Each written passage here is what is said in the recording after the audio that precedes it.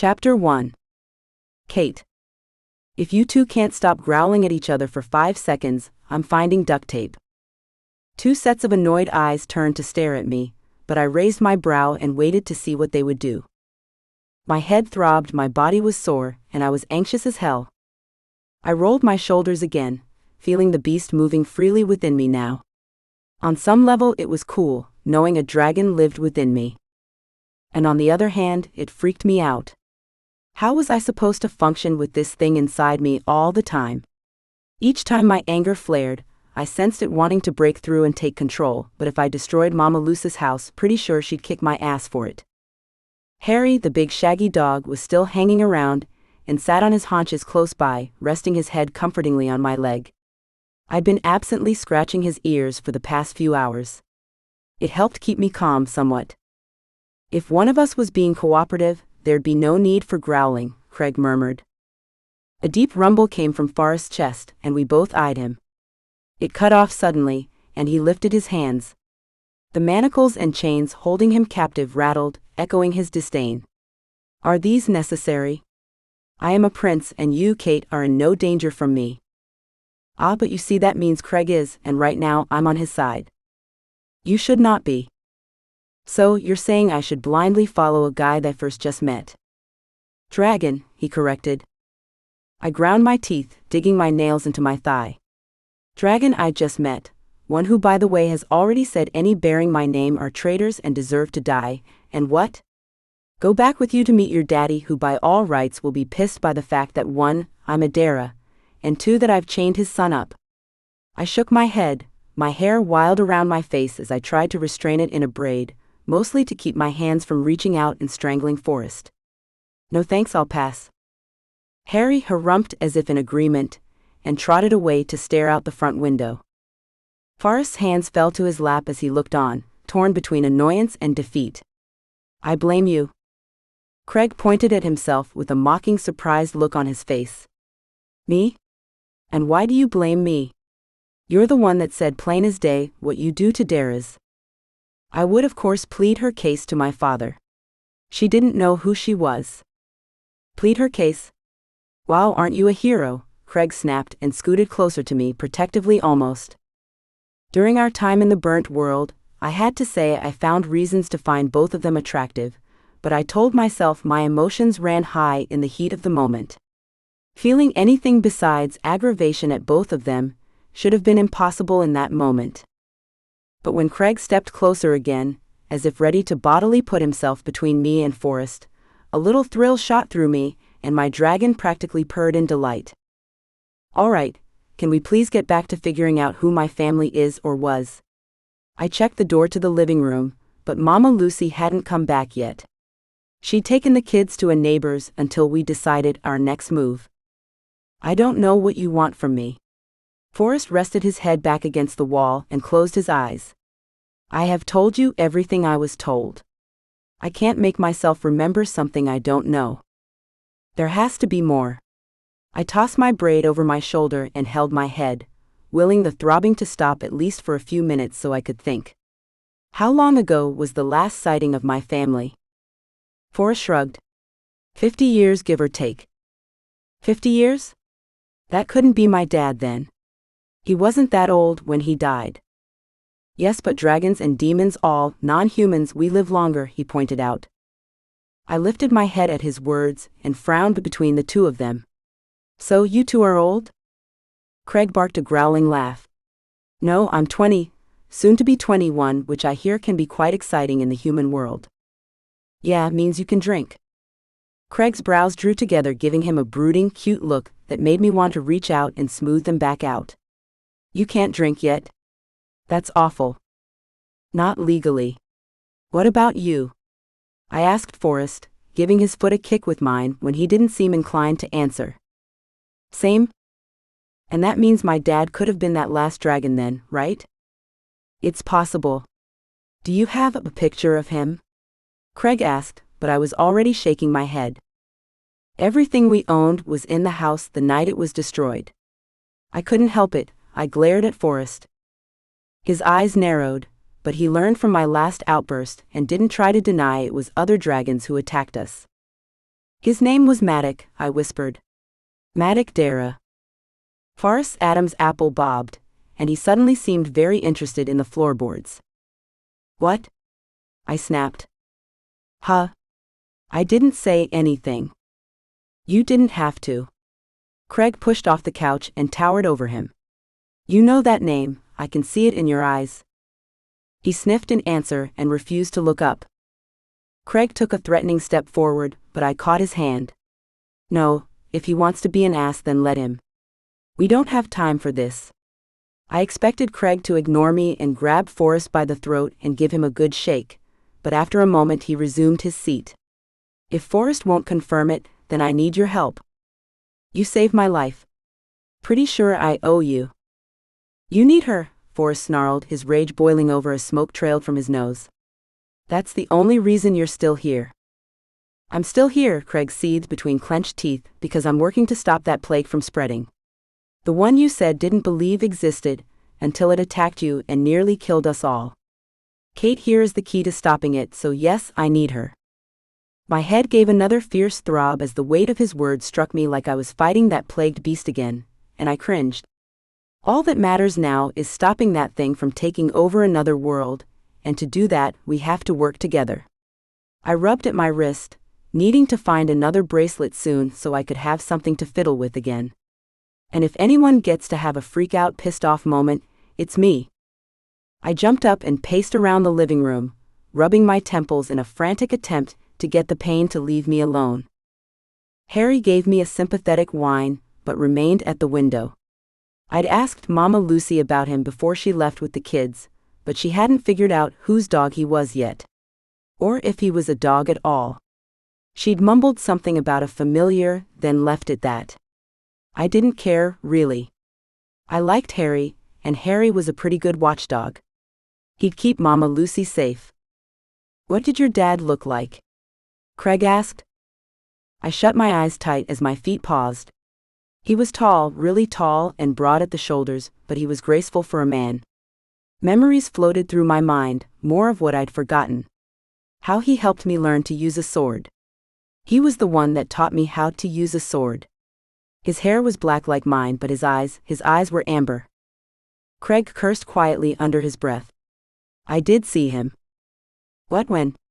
I asked desperately, praying it was recent and he was alive. Years ago at the games. I'm sorry. I was maybe 7.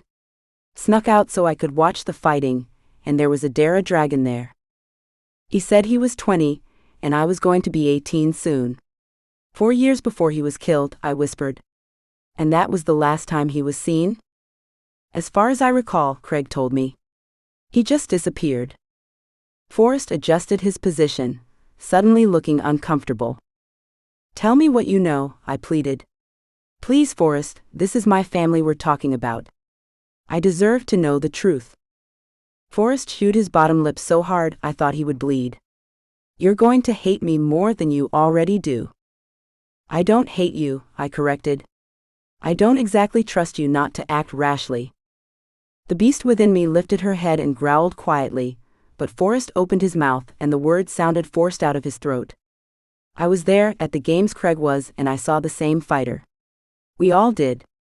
He took a deep breath and closed his eyes. Everyone assumed the Daras were gone, those that weren't wiped out fled, and we did not hunt them down. As long as they gave us no trouble.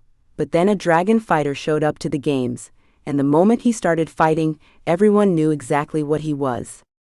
Who he was. Why would he do that? I asked softly. Why show his face? No one knew. Afterwards? He licked his lips and looked like he wasn't ready to keep going, but he wasn't going to stop, not now. Tell me, I demanded, voice thick with emotion. I sensed what was coming, but I had to hear it. I overheard my father ordering our men to track Matic Dara down and bring him in. After what you told me, it's safe to assume your father was not going to come willingly. My gut twisted, and I felt sick as I hurried to back away. Growling sounded in the room, and I realized it was me. My vision blurred, and the beast was ready to break free and scorch this murderous traitor until he was nothing but bone. The rational side of my mind reminded me my fire wouldn't burn him, but the dragon in me said it was still worth a try. Craig called my name, but he seemed so far away.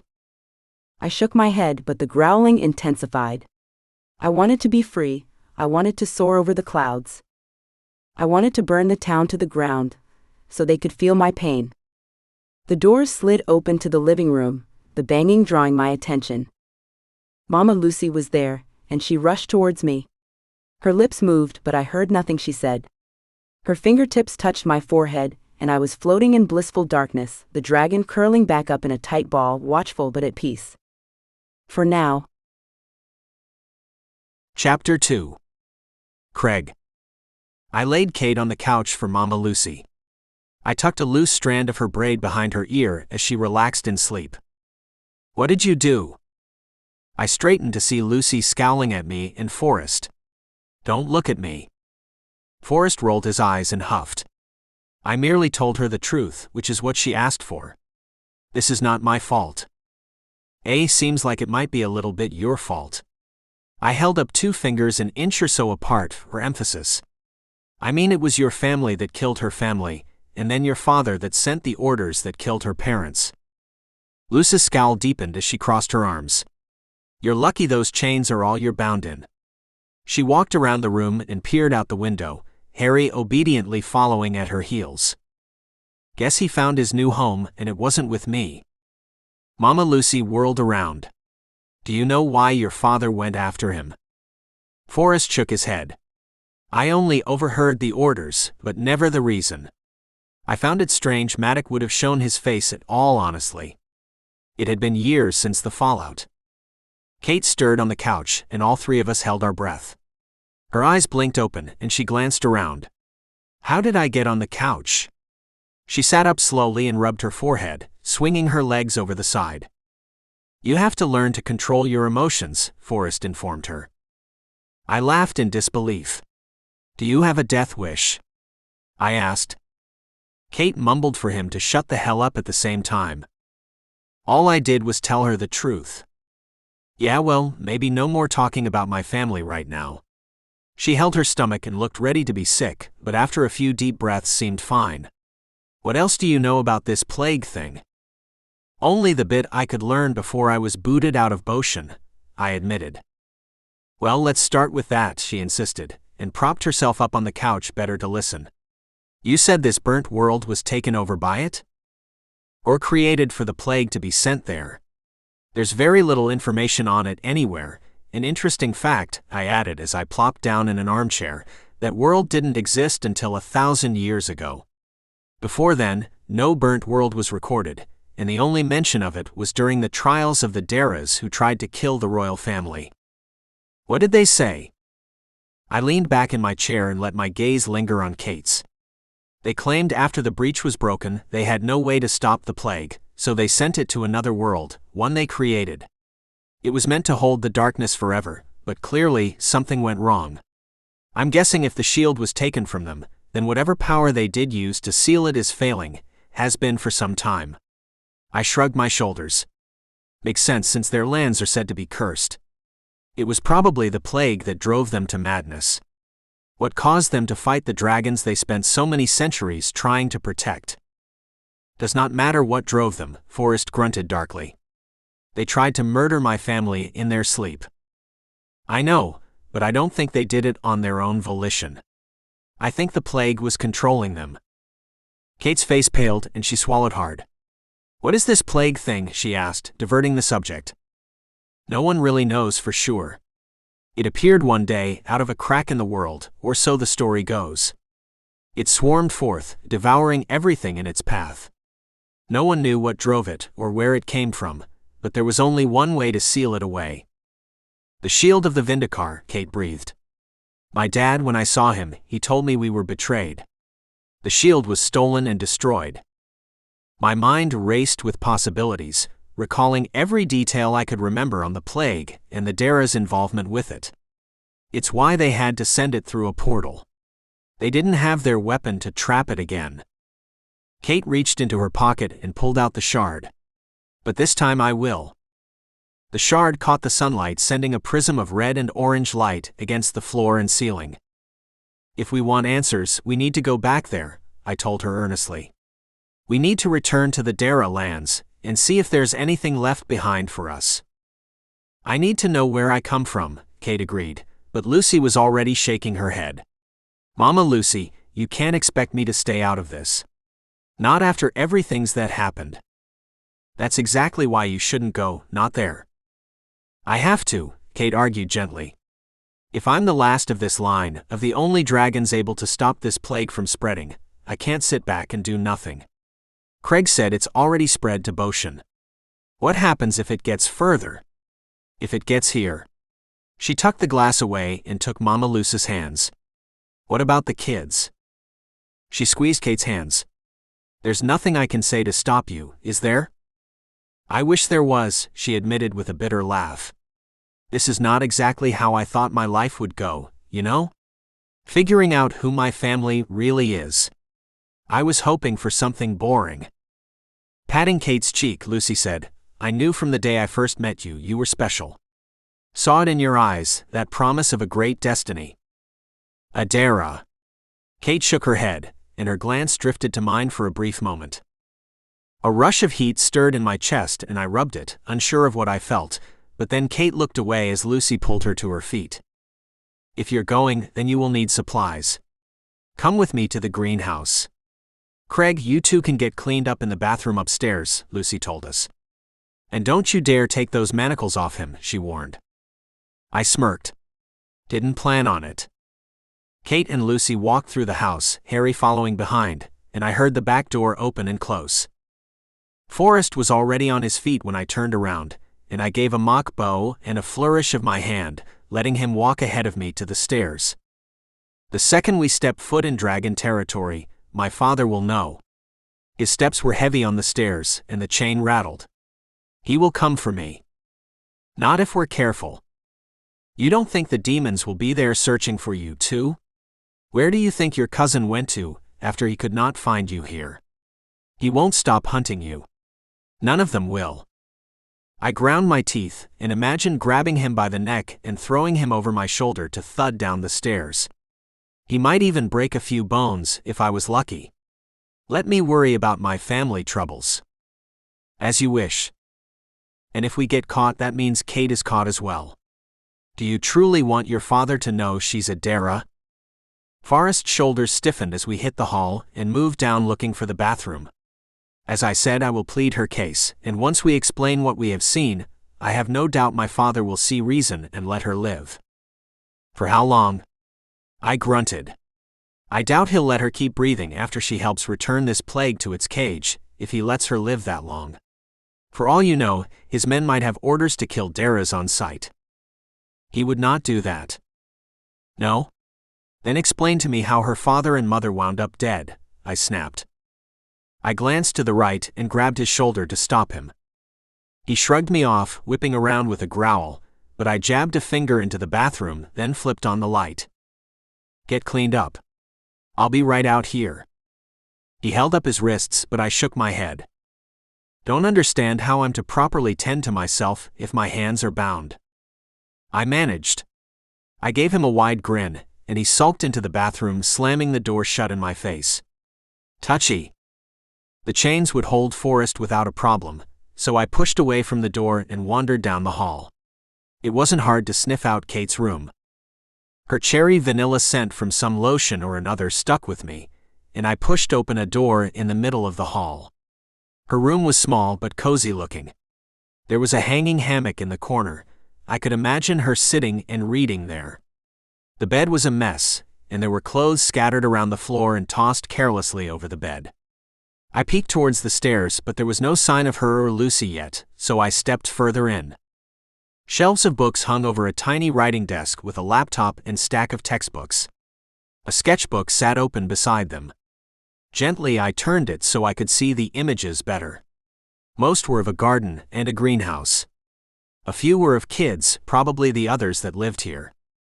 When I reached the back of the sketchbook, my fingers stilled to see images of a half-destroyed castle, ruins, and dark destruction left behind by an unseen tragedy. I flipped to another page, and another, and my chest tightened with apprehension when I came to the final few sketches. Images of Boshin stared back at me. Images of it burning and shrouded in darkness. The floor creaked out in the hall, and I turned around to find Lucy watching me closely. "Going to give me a lecture on snooping?" I asked, unwilling to leave the sketches alone. "It's not my room, but if Kate finds you in here, she might deck you. Or set you on fire." Her lips twitched in a soft smile.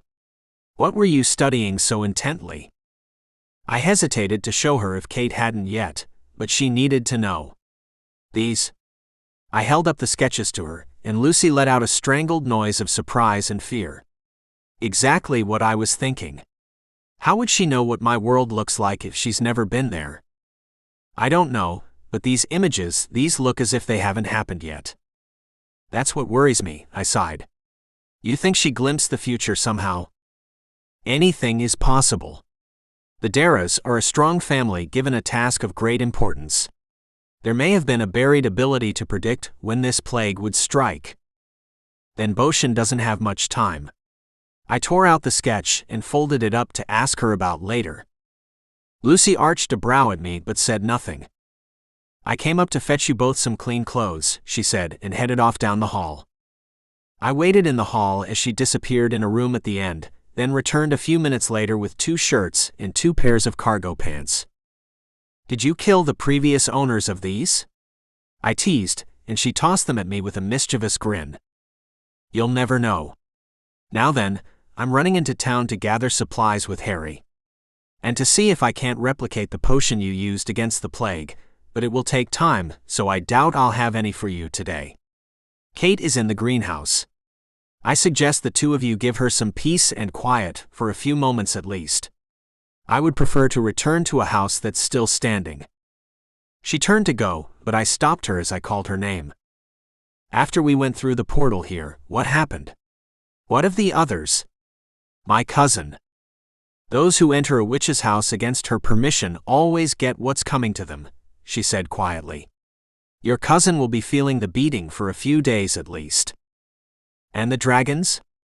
"They ran off once their prince, along with their target, was gone." I shifted uneasily on my feet. "I'm sorry, truly I am, for whatever harm I caused." Lucy spun around and bobbed her head. "I appreciate that, I do, but something tells me you were meant to find Kate that day. Otherwise, she never would have started on this journey, and that horrible plague, it would keep spreading." Her bright eyes glimmered as she held my gaze.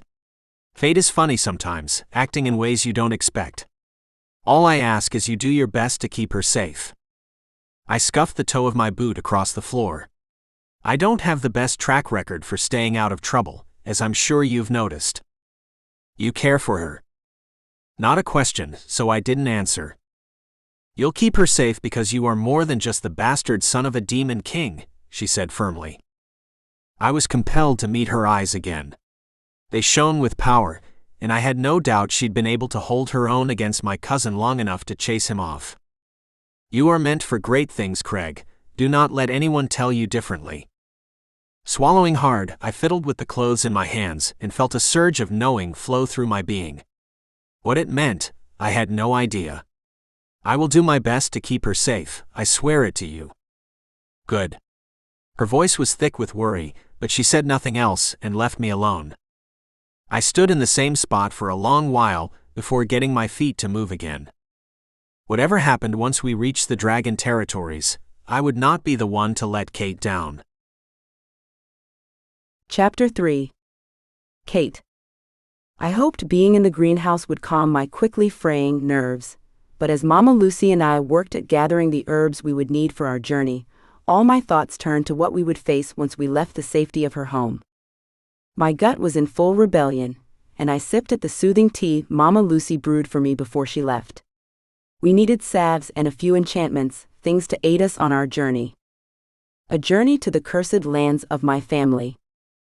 I drained the tea and waited impatiently for it to take effect, but after a few minutes it seemed futile and I gave up. I'd have to face my future at some point. As I cleaned up the tea and the cut-up herbs, the tattoos on my arms gave a pulse of blue light. I stopped what I was doing to watch, but it didn't happen again, though the faint outline of the marks remained. Gently, I traced my fingers over the patterns on my right forearm, feeling the power in my body. The beast shifted and moved as if sensing its time to break free and spread its wings was close. "Not here," I whispered to it, pleading for it to wait.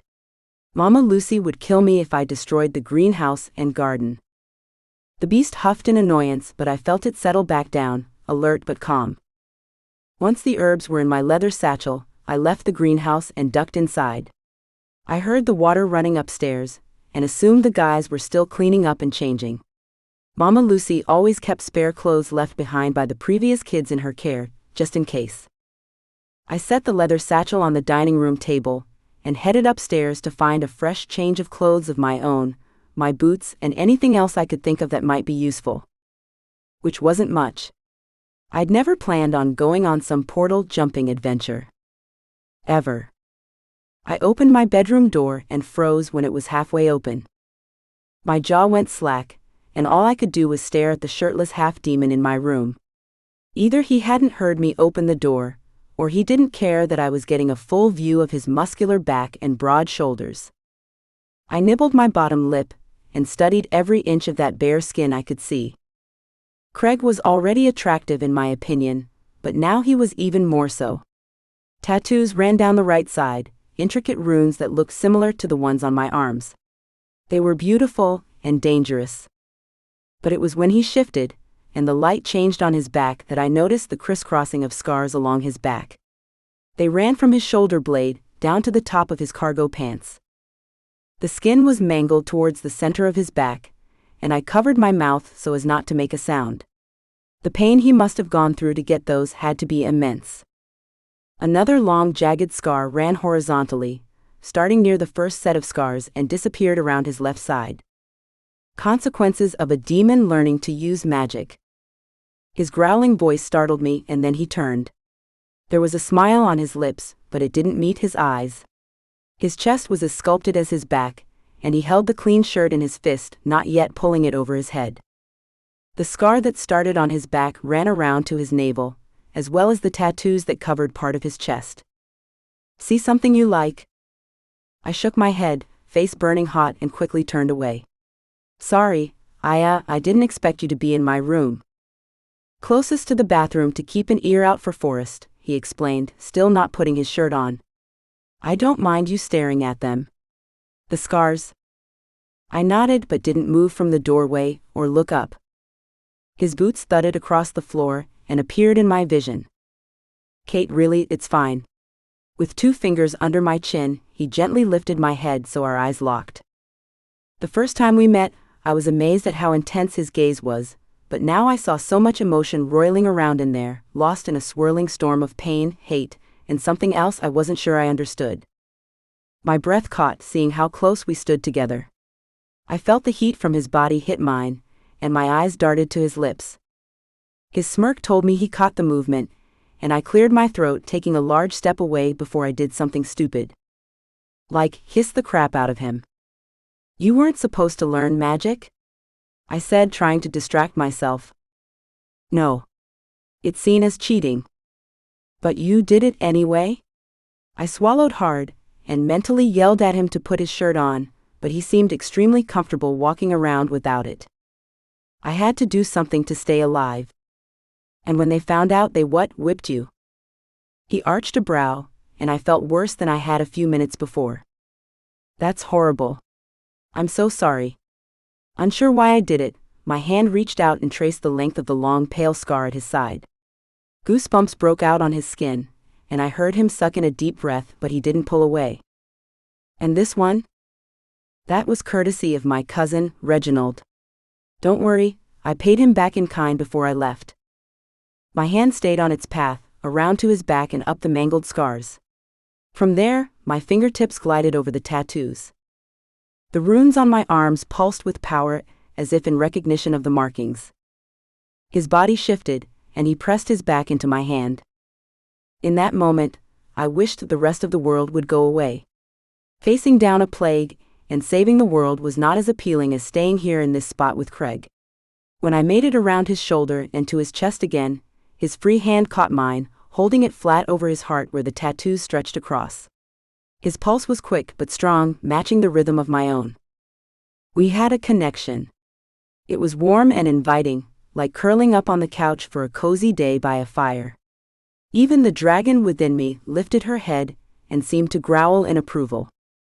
I was comfortable around him, and I'd never been like that around any guy, not that I ever dated anyone. Ever. Kate. He growled my name, and though his voice was rough, it moved like a light feather touch over me. He leaned in, bending lower as I lifted my head and stood on my toes. His lips brushed mine sweetly, and I kissed him back, lingering until reality crashed back into me and I pulled away. Sorry, I'm not sure what got into me. I roughly cleared my throat and ran my hands through my hair. I should let you finish getting dressed and all. He smiled. I'll go to a different room so you can have your space. I managed a nod, not trusting myself to say anything else. His shirt in hand, he walked out, but not before throwing me a look over his shoulder. One filled with promise that whatever we started here was far from over. I closed the door behind him and hurried to my closet. I pulled out a pair of dark khaki pants, my brown hiking boots that laced, a t-shirt, and a light green and brown flannel to go over it. I had no idea what the weather would be like in the dragon world, and decided I'd rather be over-prepared than not. I set out a few extra shirts and pairs of thick socks to take with me. I hoped we wouldn't be gone for more than a day, but there was no telling what we'd find. Once I was changed, and my boots were laced up, I pulled my hair back in a tight long braid that hung down my back to keep it out of the way. I made sure to grab the shard of the shield, and found an old velvet pouch that used to hold a necklace, and tucked the shard in it before shoving it deep into the knapsack. Smoothing my hands over my head as I racked my brain for anything else I might forget, I studied my reflection, my green eyes that reminded me so much of my dad's. I hope this is right, I whispered to my reflection, but I was really talking to him. I longed for a way to talk to him again, but Mama Lucy said if he reached out to me once, he might do so again, but I couldn't go looking for him. That could open a whole other can of problems we weren't ready to deal with. Glancing around my room, my gaze fell on my sketchbook. It was moved. I reached out and moved it back, wondering what else Craig had looked at while he was in my room. Thinking of him and our brief kiss made my lips tingle. I touched them with my fingertips and smiled. If only this was a normal situation between a guy and a girl, and not a dragon and a half-demon. Giving myself a shake, I crammed my spare clothes in my knapsack and glanced around my room one more time. I wasn't sure why, but I felt like I wasn't going to see it for a while. My bag slung over my shoulder, I stepped out of my room at the same time Forrest stepped out of the bathroom, cleaned up and wearing fresh clothes. I'm assuming Craig let you out of the chains long enough to change? Don't worry. Your witch's magic is strong, he assured me with a growl and held up the chain, tugging on it for emphasis. I'm still your prisoner. I'd take the chain off if I knew you weren't going to try and drag my ass to your dad. I admit I was a bit rash at saying so, but you have to understand the position I'm in, Kate. I'm a prince of my people, and you, by the laws of our land, are a traitor. Grabbing the chain between his wrists, I dragged him along behind me towards the stairs. And you expect me to be okay with that? I didn't even know what I was, until a few days ago, and you're going to be judge and jury? And what about this plague? You seem to keep forgetting what's coming to kill everyone. I have not forgotten, nor can I forget my duty. Screw your duty, I muttered, secretly hoping he'd trip as we went down the stairs. My duty is the same as yours. I froze, the dragon in me lifting its head to snort in anger at him. Don't, I warned. I'm merely pointing out that since you are a Dara, your first concern should be to your clan, to the dragons, he insisted. You might have grown up here with the humans, but you were meant to be with your own kind. Not running around with a witch and a bastard half-demon. I tugged the chain harder, and with a curse he stumbled over his feet down the last few stairs. Mama Lucy saved my life. She's the one that kept me safe all these years from my own kind. We don't know for certain what happened that night with your father. It could have been an accident. An accident? I laughed sharply. How could it have been an accident? I wanted to jerk on that chain so hard it made him land on his ass, or worse, hit his head on something hard. His blank stare told me he had no idea either, and was grasping at straws. Whether you believe me or not, I am sorry for the loss of your parents. I truly am. I do not wish to see a dragon harmed, and if you continue to let Craig guide you, you will find yourself neck-deep in trouble. Why don't you like him? I asked, walking to the dining table so I could pack the herbs in my knapsack. What did he ever do to you? He's a half-demon. That's enough, he scoffed, rolling his shoulders as if he could catch something from being in the same house as Craig. And I do not approve of you being so close to him. It's not natural. My face grew hot remembering just how close we'd been in my room, and I lowered my head. Why do you look guilty all of a sudden? He asked curiously. I don't. Yes, you do. He sniffed the air around me, and I backed away, but it was too late. His sharp, narrowed gaze told me he knew Craig and I had done more than talk a few moments ago, and his lip lifted in a snarl. He has touched you. It's no business of yours, I snapped. Stay out of it. I tried to storm past him, but he caught my arm.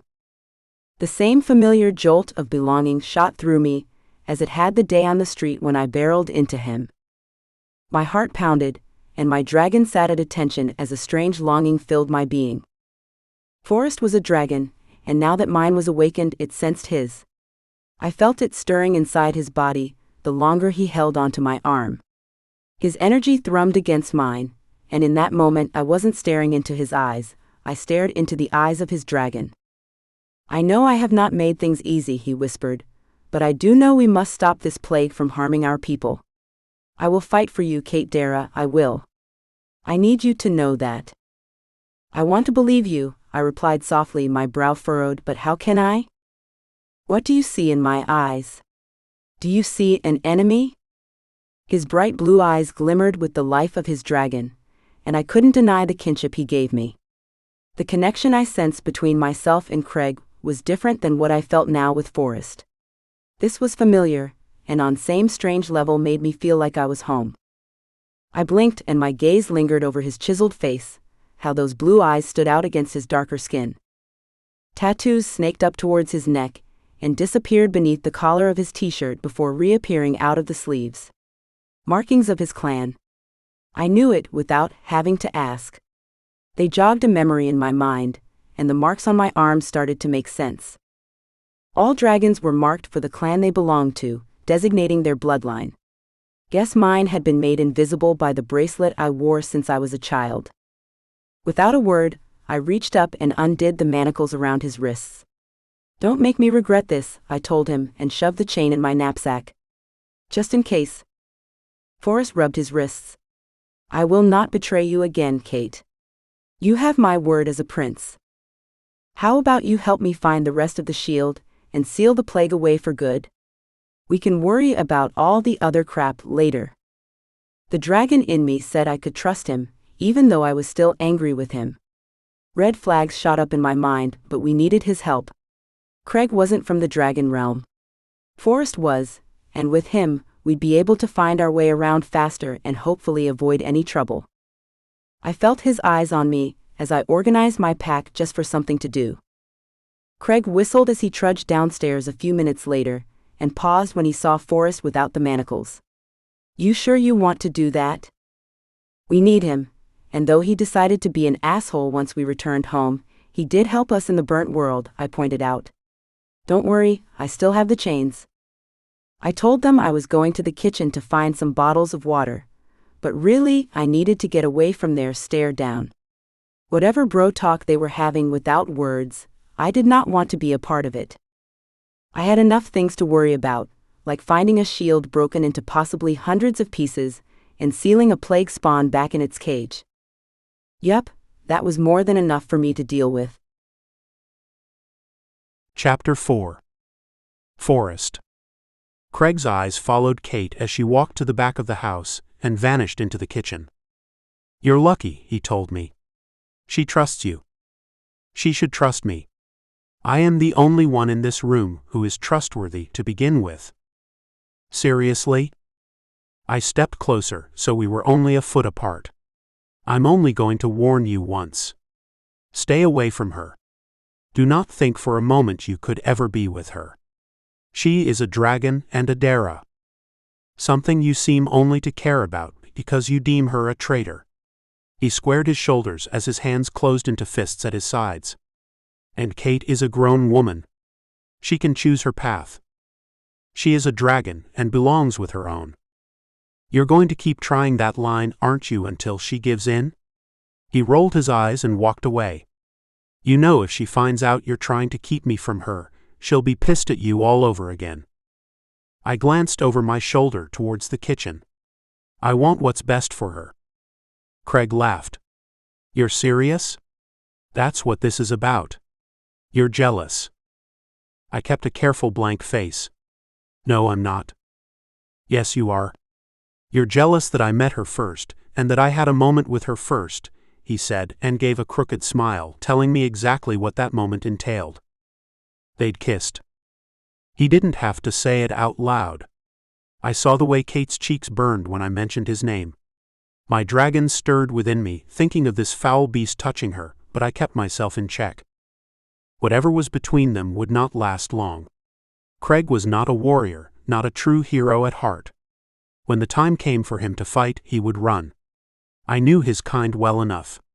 He was not in this for the long game, no matter what lies he spewed. We would be heading to cursed lands, and there was more than just ruins there. I'd heard the haunted howling plenty of times coming from the north. The horrid sounds would drag on through the night and well onto morning. Sounds of dying dragons, their souls forever trapped by the madness that consumed their minds while they lived. Craig continued to watch me, but I refused to rise to the bait. If he wanted to start a fight with me, he'd have to try harder than by telling me I was jealous. Kate was a dragon, and therefore one of my clansmen. Nothing more. Not that there could be anything more. At the end of the day, the blood of Adara ran in her veins whether I wanted it to or not. The front door opened, breaking the tension building in the room, and the witch stomped inside with Harry, 2 paper sacks hanging from her hands and panic on her face. She passed us by, set the bags on the table, and hurried off to find Kate. A few seconds later, both women returned, and the witch hastily began unpacking the bags. You have no more time to wait, I'm afraid, the witch told us, pausing when she noticed my freed hands. Who removed your chains? I did. Lucy shot her a warning look, but Kate shrugged it off. He might be more willing to help us if we're not having to drag his ass around. Besides, he knows what I can do now, so he'll think twice about betraying us. How could I forget what power resided in this woman? She was fierce in human form with that sword, but as a dragon. I'd never seen dragon fire like that before. Seen the destruction it could cause. No, I would be a fool to cross Kate, at least not without a solid plan in play first. I hope you know what you're doing, Lucy said. His friends are still here, so if you're going to do this, you need to do it now. What? I asked. 4 of them, saw them in town. Think I managed to dodge them, but I'm sure it won't be long before they come snooping around again. She laid out the items from the second bag, and without a word, Harry took up his watchful position at the front windows. My nose twitched, and I breathed in the delicious scent of gold. Sitting in the center of the table was a dagger, the sheath gold as well as the hilt, intricately carved with sapphires embedded within it. It was a magnificent piece of work, and the dragons shaped into it were in perfect detail. My hand reached out without my realizing it, but the witch snatched it up before I could. This is not for you, she told me sternly and handed it to Kate. But Kate didn't take it. What if I get another weird vision? She asked worriedly. This dagger belonged to your family. That's why it reacted the way it did. The witch offered it again, and Kate hesitated but took it this time. She held her breath, but after a few seconds, her brow rose, and she let out a sigh of relief. The witch smiled. If it called to you before, there's a chance it will again. It may come in handy. Great, now I have to worry about a dagger and a sword. The witch held up a long piece of leather I realized was a sheath with a strap for a person to wear diagonally across their body, that had another place on the front for a dagger. Which is why I also brought you this. Kate took the piece, weighing it in her hands. I can't believe I'm doing this. It's like I'm preparing for war. We probably are, Craig said quietly, and Kate gulped. Just being honest. Maybe be less honest. She slipped the strap over her body, and Craig went to grab the sword as I watched her attach the dagger to the sheath on the front. She was certainly becoming more and more like a warrior than the woman that ran into me that day on the street. Craig returned to her with the executioner and helped sheath it at her back. His hands lingered on her shoulders a bit too long for my taste, but then he walked away, and I swallowed my jealousy down. Craig turned to the witch. What else did you bring? Salves for healing wounds, though I pray to the goddess you won't need them. These vials here are potions to aid in fighting. Blue is for fog, red is for explosions, and the yellow is to stun. For the love of the goddess, do not mix them up, she said, and eyed us all sternly as if we were children. Dragons do not use potions. Kate ground her teeth, but it was Lucy who said, Do you really want to draw attention to yourselves by flying around and letting them all know you're there? Besides, Kate might have shifted once, but she is still new to this ability. It may not come so easily again. It won't? Kate asked confused. Why not? Your dragon has been sleeping for years, she explained. And it sounds like the last time you were in a time of high stress. I'm assuming dragon form can be affected by mood. She directed the question at me, and after a second I nodded in confirmation. She continued, So you need these potions in case she can't shift. Got it? The three of us nodded. I want you all to wear these. She picked up 3 silver bangles I hadn't noticed yet. When she held one out to me, I didn't take it. It's not going to bite you. What is it for? To help you know where each other is. If you get separated, the bracelets will lead you back to one another. I didn't like the idea of wearing a magical enchantment, but Craig already slipped his on and Kate watched me closely. Finally, I did the same. Happy? No, Lucy said, but she accepted it. Now, I wanted to ensure you could find your way home this time, so this will create a portal, but be careful. This is powerful magic, and if used incorrectly can have consequences. The rounded object was the size of her palm, and appeared to be an ancient coin. Not gold, but silver and bronze. Words were etched around it, and the image in the center was of a moon cracked down the center. I've heard of these, Craig said in awe. I spent months looking for one for a buyer. I frowned. What is it? Craig tentatively reached out, and Lucy laid it in his hand. It's a moon door portal, he whispered, turning it over gently. Witches use them to create portals. And this one is very old, Lucy said. Do your best not to lose it or damage it. Craig nodded, and handed it over to Kate so she could look it over. Lucy packed the salves and other items into the knapsack, closed it, and handed it to Craig, who diligently swung it onto his back. I believe we're ready to go. And you should before his friends return. Lucy eyed me disapprovingly again, but I ignored it. My men were doing as they were instructed, and since their job was to guard me and I was nowhere to be found, they were searching for me. My father would know by now I had disappeared, which meant more of our men would be roaming the Dragon Realm than normal. Getting to the ruins would not be an easy trek. Kate moved to the foyer, Craig standing beside her, and I took a place to the other side. Lucy hugged Kate close and they clung to each other. I saw the worry in Lucy's eyes as she held Kate like she was her daughter. She had raised her well enough, I supposed, but part of me could not forgive the witch for allowing that bracelet to remain on Kate's wrist, trapping her true form. They finally parted, and both women wiped their eyes hastily. The three of us stood in a tight circle, as Kate held the portal in her hand. As you hold the coin, you have to think of where you want to go, Lucy instructed. But I've never been there, Kate said. What if I mess it up? I could get us there, I offered, trying to sound helpful and not too eager to return to my homeland. Craig gave me a doubtful look, but I did really want us to return to the dragon world. I glared at him. Look, this plague is going to spread if we don't stop it. We need answers, and if those answers are at the Dara ruins, then that's where I'll take us. I swear it. Craig looked ready to argue, but Kate handed me the coin. You take us anywhere else, or straight to your dad and I'll kick your ass, she warned.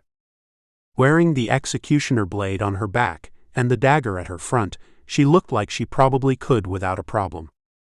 I swear I will take you to the ruins. I rubbed my thumbs over the coin, feeling the power waiting to be used. How do I make it work? Focus on where you want to go, Lucy said. Picture yourself there, picture the place. I did that, but nothing happened. It's not working. She rolled her eyes. Clearly your mind is conflicted. It is not, I argued. Then it should work. Are you sure you want to go where you said? She challenged. I shut my eyes, tuning out her nagging doubts, and thought of where I wanted to go. My instincts told me to go back to my home, back to the castle I left behind, but part of me rebelled. My dragon, to be precise. He reared his head and growled indignantly that I could not forget all that occurred in the burnt world. Craig and Kate saved my life when they did not have to.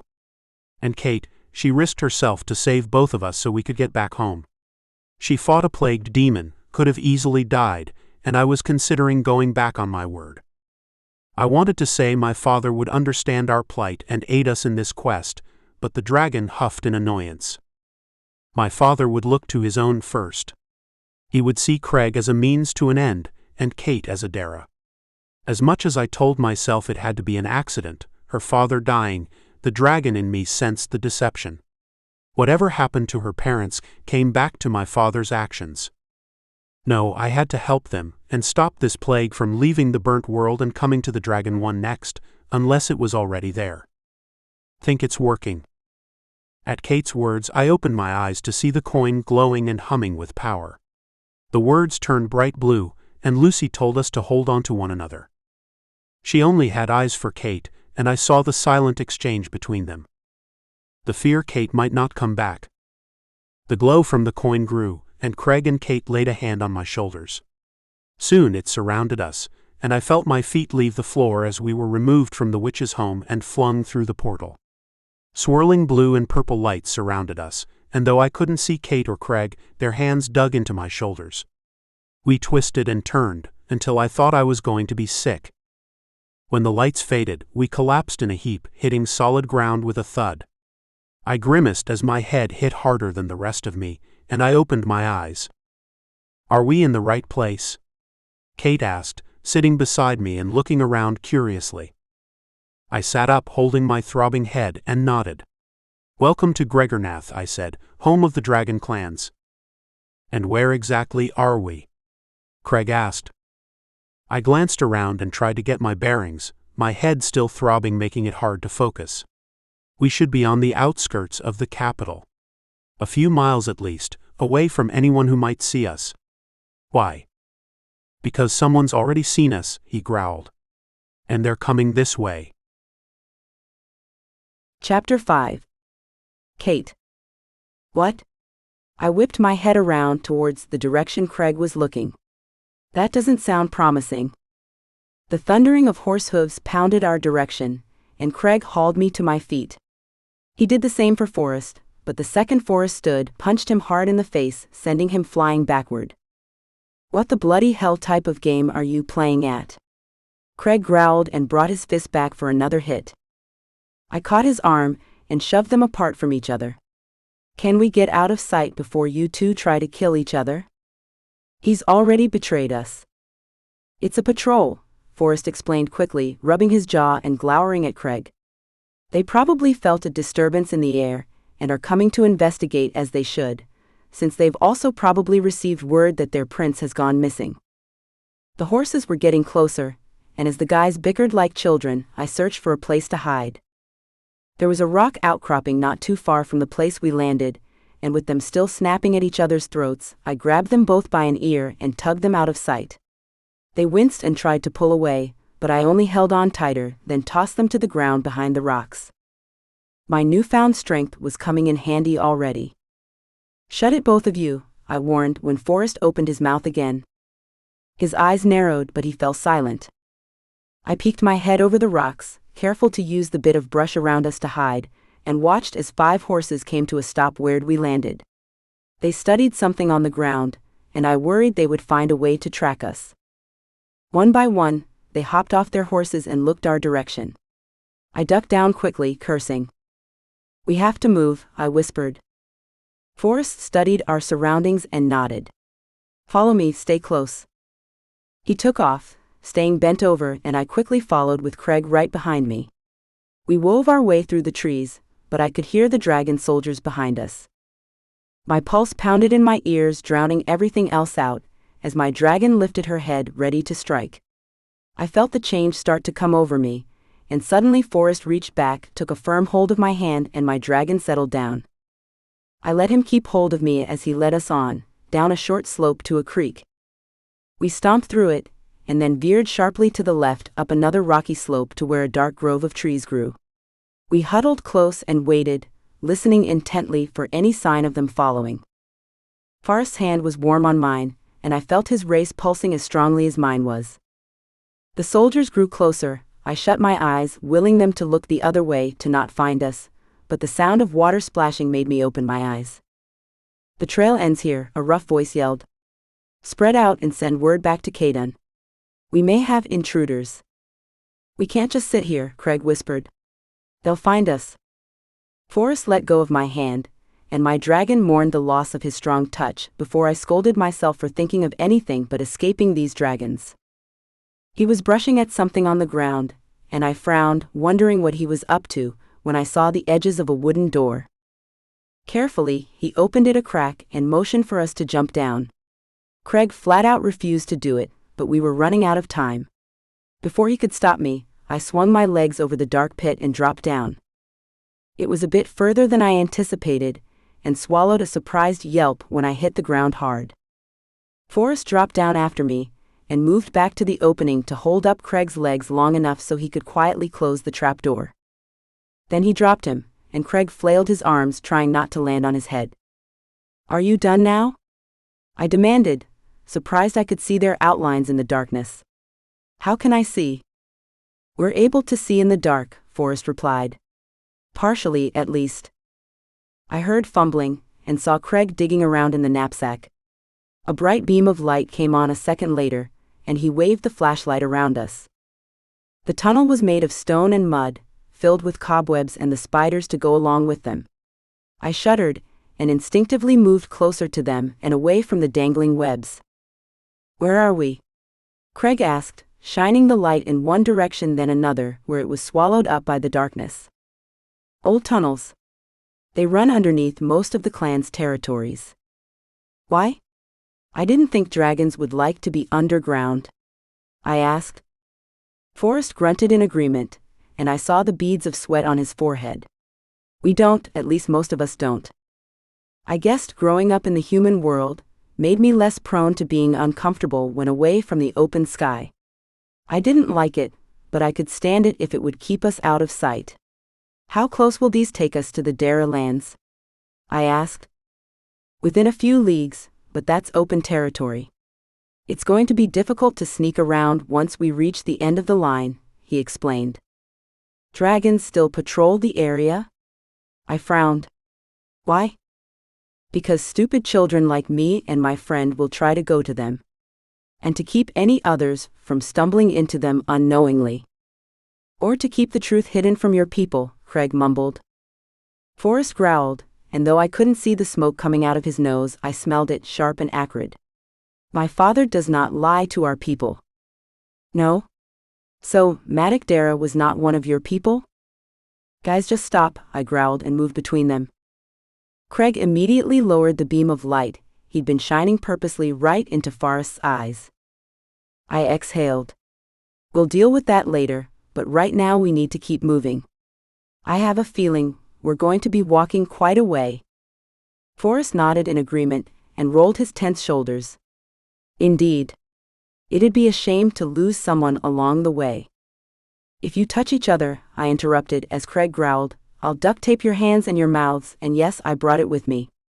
A girl never knows what she's going to need, so watch it, both of you. Forrest glowered at me, but bowed his head. Craig smirked as he said, I like this slightly crazy Kate. Suits you very well. I rolled my eyes but grinned with him. You've got the light, so get going. He stepped around us and led the way down the tunnel.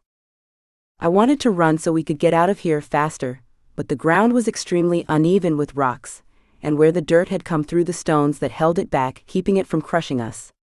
I imagined it, the tunnels shaking and the old stones giving way, swallowing us up in the darkness. We'd be buried alive, and no one would ever find us. I gulped and shivered at the thought when a warm hand slipped into mine. You have to control your dragon, especially down here, Forrest whispered. I'm trying, but all I keep seeing is us being buried. These stones have held for centuries. The tunnels are safe, he promised, squeezing my hand. Though I felt my dragon shift and move, she settled down, watchful, but not as agitated as before. How do you do that? I whispered. Get it to calm down? Years of training and practice. Great. I don't have that, I muttered, and longed for the time back with my dad, or at least all the lessons he taught me. No matter how hard I tried to remember, it was just a blur of faces and voices, nothing to show me exactly what I wanted. I'm going to get us all killed. No, you won't. I won't let you do anything you'll regret later. His words came out in a growl as he spoke them, and I noticed him glaring at the back of Craig's skull. I gave his hand a hard tug and arched my brow at him. Stop. I can't help it. Instinct. Craig was far ahead of us, but I was pretty sure he could hear without a problem. Talking about him probably wouldn't bother him with the way he was, but it bothered me. I was conflicted between Craig and Forrest, trusting them both and drawn to them both. It was horrible and incredible at the same time. I hated it. What happened between the demons and dragons anyway? I asked, hoping the conversation would distract me from the dangling spider webs catching in my hair, and another portion of stones that protruded from the wall, dirt falling around them. The stones shifted right beside me near the floor, and I flinched away, grabbing hold of Forrest. Our feud is old, he started talking thankfully, and I focused on the growling sound of his voice that seemed so familiar and comforting. And the dragons aren't the only ones who have issues with the demons. Why? Are they that bad? Craig's not. Craig is half demon, and though I will admit I have a hard time really seeing it, he said slowly, he would make a good ruler of his people if they would let him live. They hate him. He is half demon, therefore weak in their eyes. Not worth living. Many of us knew of the only son the Demon King had, a bastard half-demon, he whispered. We also heard of the pain inflicted upon him by his own family. I blinked and saw the scars on Craig's back before my eyes. I wondered how many other scars covered the rest of his body, and understood his sharp humor and quick tongue were his defense mechanism against a world that wouldn't accept him. I chewed on my lip. Even if he finds a way to stop this plague from spreading, you don't think they'll change their minds? His people don't know about the plague, or at least not all of them. According to what Craig said, Ragnall is hiding the truth, making excuses. Why would he do that if he knows it's killing his people? Forrest offered up a shrug. Why indeed? But the fighting, did someone kill someone from the other side? I waited a long few minutes for him to answer. His hand grew warmer in mine, and he finally nodded. There were several assassinations carried out, killing many of the dragons on the council for all the races. We suspected demons, but nothing could be proven. One of them was my mother and my oldest sister, along with her husband. I leaned into him for comfort, murmuring quietly, I'm so sorry. It was a long time ago, but thank you. But you can't blame Craig for what happened, I added. He spent his whole life fighting to survive. I doubt they sent him to kill your family. He grunted. I know they did not, but old hatreds run deep. There were more deaths amongst the other races long before my family, and yet nothing could be proven. He kicked angrily at a rock near his feet. Ragnall became the head of the council after the incidences, and the demons have held a majority ever since. They are the richest amongst us, claim lands for themselves when they believe no one is looking, and we received word not too long ago they are forging weapons. Is that a bad thing? I asked, shaking my head confused. I have a feeling that's how you guys protect yourselves here. Enough weapons for an army no race is supposed to have standing, he amended. Oh. You think he's preparing for war? Yes, a voice answered, but it wasn't Forrest. Craig had stopped walking, and I hadn't even noticed. His gaze slipped to Forrest holding my hand, and his eyes darkened, but he said nothing about it. Ragnall has been preparing for the ultimate war for decades, which is probably why he's lying about the plague. I felt the need to apologize, but when he turned that gaze on me, it was smiling with amusement. God, he was so damned cocky, my holding hands with Forrest didn't even bother him. I let go of Forrest's hand all the same. Why'd we stop? Forrest asked. Split up ahead and the right side is caved in. I swallowed hard as my fear grew again, my dragon unsettled and moving inside. I thought you said these tunnels would hold? I whispered, trying not to panic. They should, Forrest said as he walked ahead, taking the light from Craig. You two have a nice chat? Craig asked, leaning in close to whisper in my ear. I think we did. Does that bother you? He winked and gave a deep rumble of laughter. Whatever suits you best, love, is all right by me, but we both know he's too stuck up for you. I wanted to argue, but a voice in my head said he was right. Deep down, I sensed part of my close connection to Forrest was merely because we were both dragons, and I'd been away from my kind far too long. Head in shambles with too many thoughts and feelings to keep track of, I kept my mouth shut. Something closed in the tunnel, Forrest said as Craig and I approached. Something? Not someone? I stared at the collapsed tunnel to the right. How can you tell? I can smell it. I sniffed the air and coughed harshly. What is that? I gasped, rubbing my nose, trying to get the horrible musty stench out of it. Something I hoped we would avoid. If we go this way, we'll wind up above ground sooner, and it'll take a bit longer to get there, but we don't have a choice. How many patrols are usually out? Craig asked. Enough to give us trouble, if we're not careful. Forrest's lips thinned. Let's keep moving. Once we're out of the tunnels, we'll find a safe place to rest up and trudge on. He led the way this time and I followed, Craig bringing up the rear. The air around us changed drastically. Both of them were tense, and when I glanced back, Craig had his hand on one of his daggers at his hip. I knew he had a few more tucked out of sight, but did not like that he suddenly felt the need to have it at the ready. What exactly are we worried about running into? I whispered. Guys? Forrest sighed and stopped. Fracturns? Bless you, I mumbled, and Craig sniggered. You find this amusing? Forrest snapped at Craig. The name, yes, but what it actually is? No. I've seen the pictures. Can someone tell me what the hell a fracturn is? Forrest aimed the beam of light down to the floor, and it took a second, but slowly the prints came into view. They appeared to be that of a bear paw, but the claws were so long, they dug into the dirt a few inches, and the paw was twice the size of a bear's. Another claw imprint came out the back of the paw, and when Forrest lifted the beam of light overhead, I saw that every few feet, there was a hole in the stones along with deep groove marks as if something sharp dragged across and penetrated the stone as it moved. I gulped and reached for the dagger at my chest. What does it like to eat? Anything that moves. Forrest shone the light around the tunnel, and everywhere I looked, I saw signs of a large furry beast having passed this way. They usually hibernate this time of year, and I've never heard of them being in the tunnels. I flinched. Awesome. Craig gave me a gentle nudge onwards when Forrest started walking again. Best to keep moving and get out of here, Craig whispered. It was all the encouragement I needed to move quicker. We covered a good amount of ground, until Forrest said up ahead there would be a large opening and beyond that, another tunnel that would lead us out into the fresh air. Suddenly Forrest shut off the light and cursed, throwing out his hand to stop me. What? I hissed. He shook his head fiercely, putting a finger to his lips, pointed into the cavern. My gut dropped to the floor. Mentally, I was flinging every curse in the book.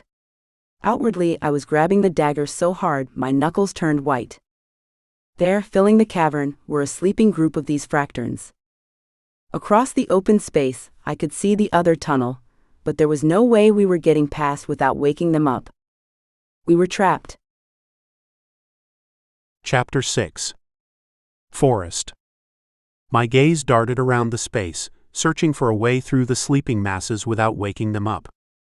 I counted 10, but that was more than enough of them to rip us to shreds and impale us with the sharp-pointed horns atop their heads. They were known for charging their prey and gutting them with heavy swipes of those paws. I was not going to leave this world killed by a fracturn. The tunnel we needed was directly across from where we stood now, but a ledge ran along the sides of the room, created by jutting out stones and columns that had collapsed over the years. The rubble looked stable enough, and I nudged Craig with my elbow, motioning to the ledge. He lifted his hand and shook it back and forth, saying he was unsure if it would hold. There wasn't much choice, though. The patrol would find that trapdoor soon enough and realize we were in the tunnels. Our only choice was to keep pushing forward.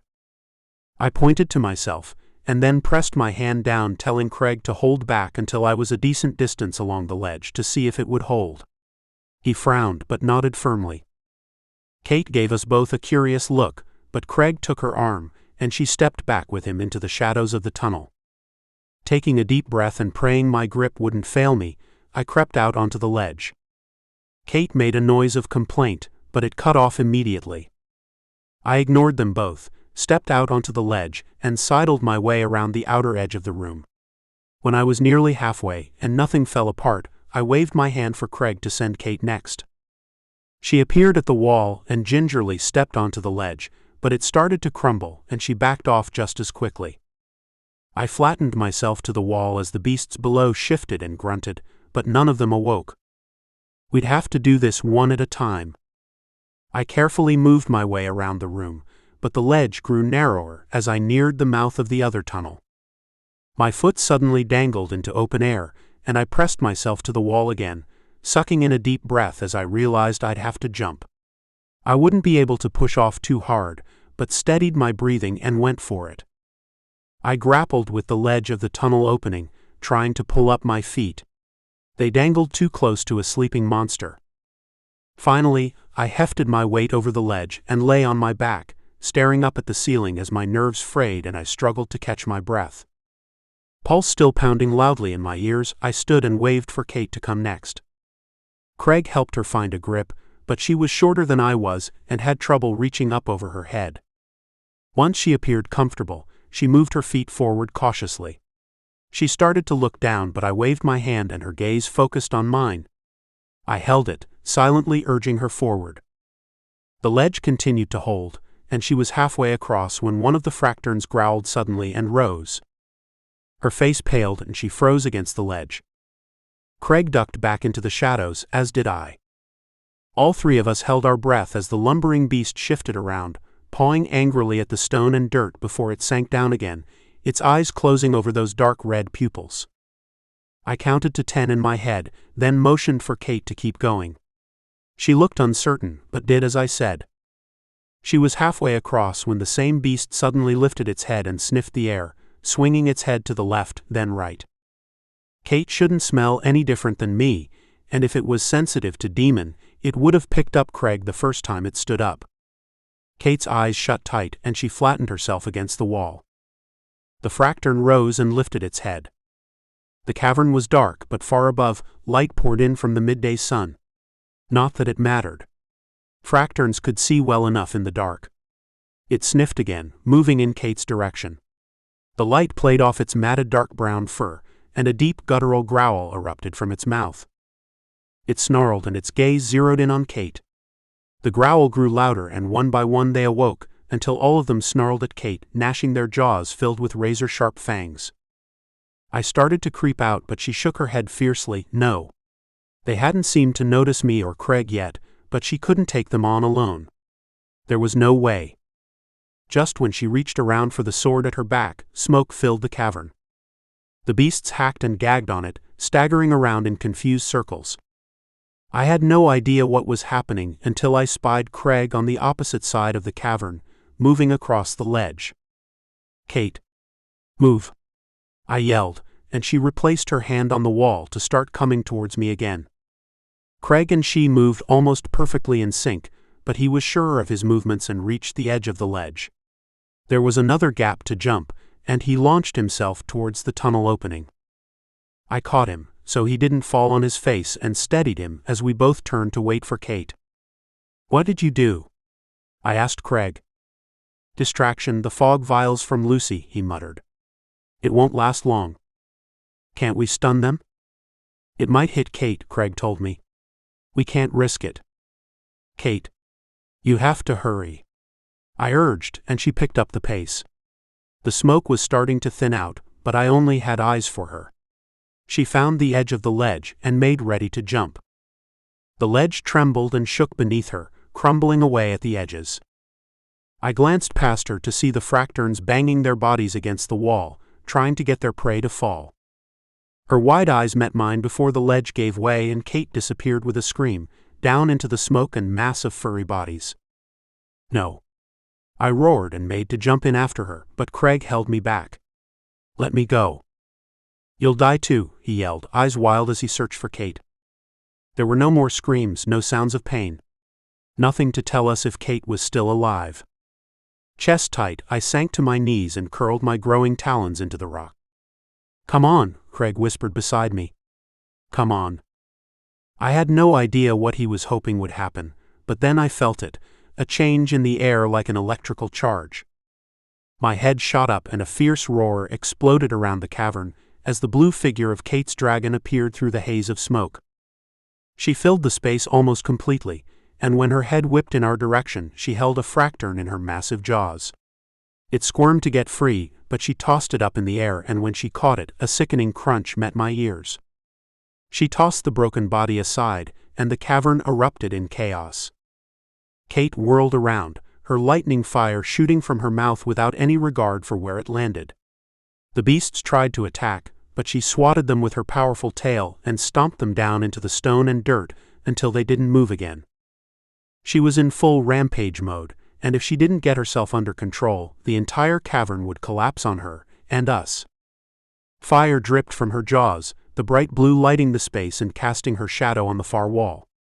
The last beast alive attempted to escape, clawing its way up the far wall, but she huffed and blew fire at it until its dying screams stopped and its body was nothing but a charred pile of bones. "You have to get her to come out of it," Craig said, eyes wide in awe and slight fear. I'd be lying if I said I wasn't a bit afraid myself. She couldn't burn me, but she could still break me in half if she wanted, and the fierce glare in those dragon eyes said she was not ready to simmer down. Her body thrashed into the walls, which trembled and quaked from the force of her body. If we didn't get her to shift back, the entire place would collapse. Kate's dragon started to dig into the bodies left, eating them. Craig gagged. "Man, you might want to stop her. She'll never forgive us if we sit here and let her eat those things." "Right." I cleared my throat and, steeling my nerves, whistled loudly. Her head swung around, and I cringed at the leg dangling from her teeth. Her lips drew back in a snarl, and I saw her chest glow as she pulled on her fire. I held my hands up and hopped down from the ledge, into the cavern. The carnage was extensive. Now that the smoke cleared, I could see how she'd torn the beasts apart. Bloodlust, that's what she was dealing with. "Kate, they're dead, you need to shift back," I yelled up at her, but her growling only intensified as she lowered her head towards me. "Kate, listen to me, we're safe. You saved yourself and us, but you have to change back now before this entire place caves in on us. Is that what you want?" Her eyes narrowed, but I saw the rage lessening the longer she stared at me. Stones shifted behind me, and a few moments later Craig stood beside me. Her gaze shifted from him to me and back again, and a shudder raced down her spine. "Let it go, Kate, let the anger go," I urged, and her body shrank and transformed before our eyes. Her wings folded back into her body, and after a few moments, Kate stood before us again. Craig cursed, and I blinked at the sight of her with a hunk of fractured meat still hanging out of her mouth. She swallowed and immediately gagged, dropping the hunk of dismembered leg at her feet with a sickening wet sound. She wiped at her mouth with her hand, spitting and sputtering, but froze when she stared around the cavern. "Oh God," she muttered, holding her stomach. "Did I? No, please tell me I didn't." Craig puffed out his cheeks and looked to me to give the lie. I tried to, but she was already paling and turned away from us to retch. Craig and I went to her, him holding her messed up hair away from her face, as I rubbed her back, waiting for her to puke up whatever bit of fractern she'd eaten while in dragon form. "That's disgusting," she mumbled, shaking as the last of the heaving stopped. "I don't think I can ever eat meat again." "You get used to it," I said, trying to be helpful, but the glare she shot me said I missed the mark. "On the bright side, you saved yourself and us." "And nearly brought down the cavern around us while in dragon form," Craig added. "I'm sorry," she whispered. "I had no idea what I was doing. You need to learn to control your other half a little bit better." She tugged out the rubber band from her hair and shoved it all back into another messy braid, glaring from Craig to me. "I'm sorry, all right? This is all still new to me, so back off," she growled, and I caught Craig's arm in warning for him not to keep pushing. Kate's eyes flickered a vibrant green, and I watched a shimmer come over her skin as if the dragon was looking for an excuse to break free again. "Once we get out of here, we'll work on it," I promised. "Can you control yourself a bit longer?" She held onto the strap across her body and nodded. "As long as nothing else tries to eat me." "As long as you eat it first, you'll be fine," Craig assured her. She managed to glare at him before she turned around to vomit once more. Chapter 7. Craig. "I think it was quite an attractive look," I told Kate, once we were finally out of the tunnels and moving through the thick wooded outskirts of the Dragon Clan territories. "What was?" she asked, shoving a branch angrily aside. "A leg dangling from your mouth."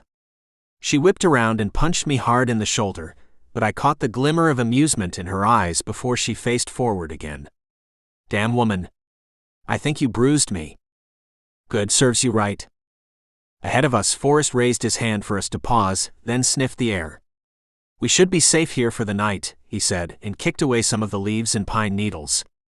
"We can't risk a fire, but this grove is protection enough. No one will see us unless they're right on top of us." I dropped the pack on the soil, and Kate unburdened herself of the sword and dagger, slumping to the ground. She laid out, arms spread wide, and stared up at the sky. "What are you doing?" Forrest asked her. "Trying to sleep," she mumbled and closed her eyes, but he kicked her foot. "What?" "Training first, then you can rest." She growled at him fiercely, but he returned the favor and kicked her foot again. "Seriously?" "He's right," I said, hating to agree with him. "If you lose control like that again, who knows what hell you'll bring down on us." I sniffed the air and smelled the subtle hints of wild game nearby. Deer, maybe an elk. "I'm going to grab us some food." "We can't have a fire," Kate reminded me. "We don't have to have a full-fledged fire when we've got 2 dragons." I left them to their training and promised I wouldn't go far. My stomach growled, needing to eat, and I sniffed the air again, wishing I had the full range of my senses, but this would have to do. The deer wasn't as large as I hoped, but it would be enough to feed the 3 of us for a night. If Kate hadn't gotten sick, she probably wouldn't have had to eat for a few days. I smirked, remembering how she'd torn into those beasts, and my hope at how strong she could become rose even higher. Once she was trained and knew who she was, she'd be nearly unstoppable. I snuck up behind the deer and took it down with a quick stab straight to its heart. It never made a sound. I did a quick field dressing and hefted it up onto my shoulder, moving silently back through the trees towards our tiny makeshift camp. I stopped short when I heard Forrest's low rumbling voice and sat myself down to watch. A white-hot spike of jealousy shot through me to see him standing so close to Kate again, just as it had in the tunnels when I chanced a glimpse of their hands clasped together. I reminded myself she was only drawn to him because he was the first of her kind she'd seen in over a decade, but another part worried she would choose him over me in the end. Watching them now, that worry increased, until I found myself picking angrily at my nails with the tip of my dagger. Forrest stood behind her, holding her arms out wide mirroring his, whispering about the nature of the dragon and learning to control emotion. Your beast has to understand who is really in control, he told her softly. Clearly not me, she replied, but he shushed her. You have to be in control, or next time you might kill us instead of your prey. Focus, what do you feel? I feel it shifting around inside me, she whispered, and I stopped picking my nails to listen. She's so strong, and her emotions are raw, so raw, it's like I'm touching a live wire. Her eyes scrunched tight, and I had to smother my instinct to rush over and make him stop her training before she hurt herself. You are strong. It's your strength that fuels it, not the other way around. You sure about that? She said with a half smile, but he was moving her hands, holding them as he gracefully moved and guided them through some meditative dance of sorts. It mimicked the fighting style Kate had shown in the Burnt World, and I found myself mesmerized. Your dragon must follow your moves, your thoughts, your desires, Forrest went on. It must learn to shift with you, not fight against you. Kate's head bobbed and her face relaxed. I feel it, she whispered. I leaned closer, careful not to make a sound. Slowly she turned and faced Forrest, her eyes still closed, and went through the motions again. Very good, he mused. Who's in control now? I am, she told him, and opened her eyes. I heard her breath catch, and Forrest's hands lifted to cup her face. I stabbed my dagger deep into the mud as he kissed her. Her hands covered his, and she kissed him back. I wasn't sure what would happen next, but I half smiled when she drew back first, frowning. I'm sorry, Forrest mumbled. I'm not sure what came over me. It's fine. I think I'll check our supplies, she said, cheeks burning red, and I took that as my cue to interrupt them. I picked up the deer and made sure to stomp on a few sticks as I neared the camp. Forrest glared at me fiercely, and I realized he knew I'd been watching the whole time. Sneaky bastard. I dropped the deer and grinned. You two finished already? For now, Forrest replied, and I saw Kate's hands still as she dug through the pack. Her cheeks reddened even more, and I started working on the deer. My, this was turning into some adventure. Chapter 8. Craig. I was on the first watch for the night and had my back propped up against a fallen tree while Kate and Forrest slept on close by. After eating our dinner, Kate forcing a few mouthfuls down once Forrest cooked them with a burst of fire, she downed some of the water and curled up in a ball against the stump of a tree. She'd shut her eyes, but I doubted she was actually asleep. Forrest hadn't said a word either about what happened between him and Kate and what he knew I'd seen. He nodded gravely at me, said to wake him up in a few hours, and found a spot on the ground on the other side of me. The surrounding woods were quiet, except for the hooting of a few owls and the rustling of other small animals rummaging through the leaves. There was no scent of dragon, aside from the two sleeping beside me. I picked up a hefty-sized stick and using my dagger, whittled away at it, not paying much attention to what I was doing, but needing to keep my hands busy.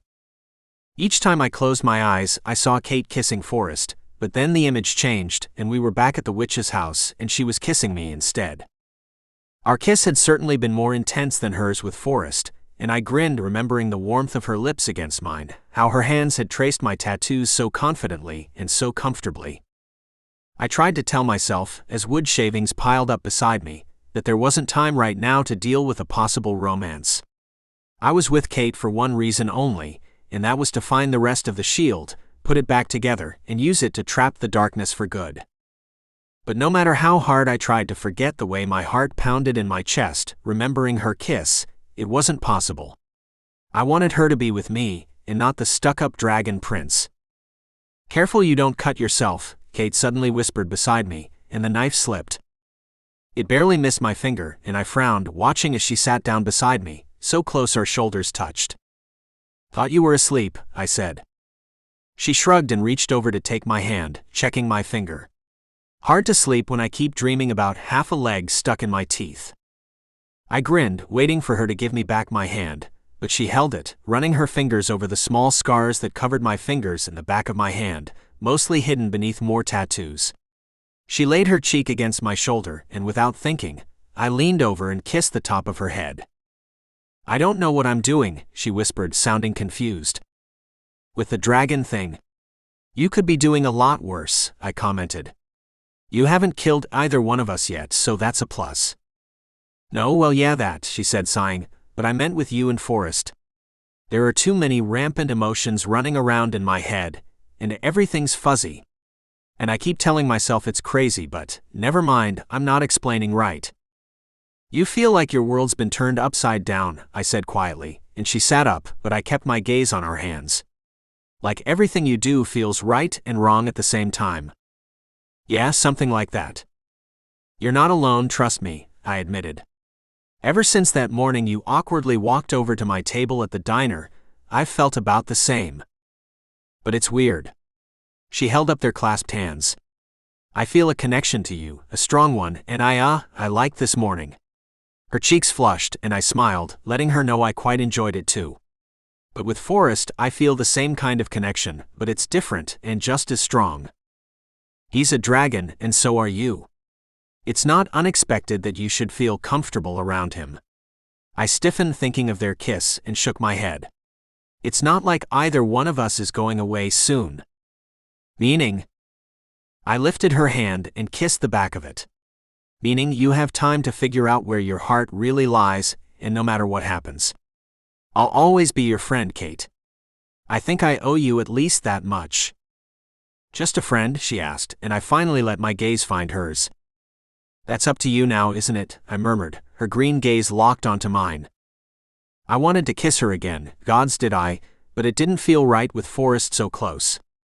I might be half demon, but I still had a strong sense of morals, whether Forrest wanted to believe it or not. I settled for draping my arm around her shoulders and letting her move in close. We sat there quiet for a long time before she spoke again. Do you think we'll find what we need? At the ruins, I mean.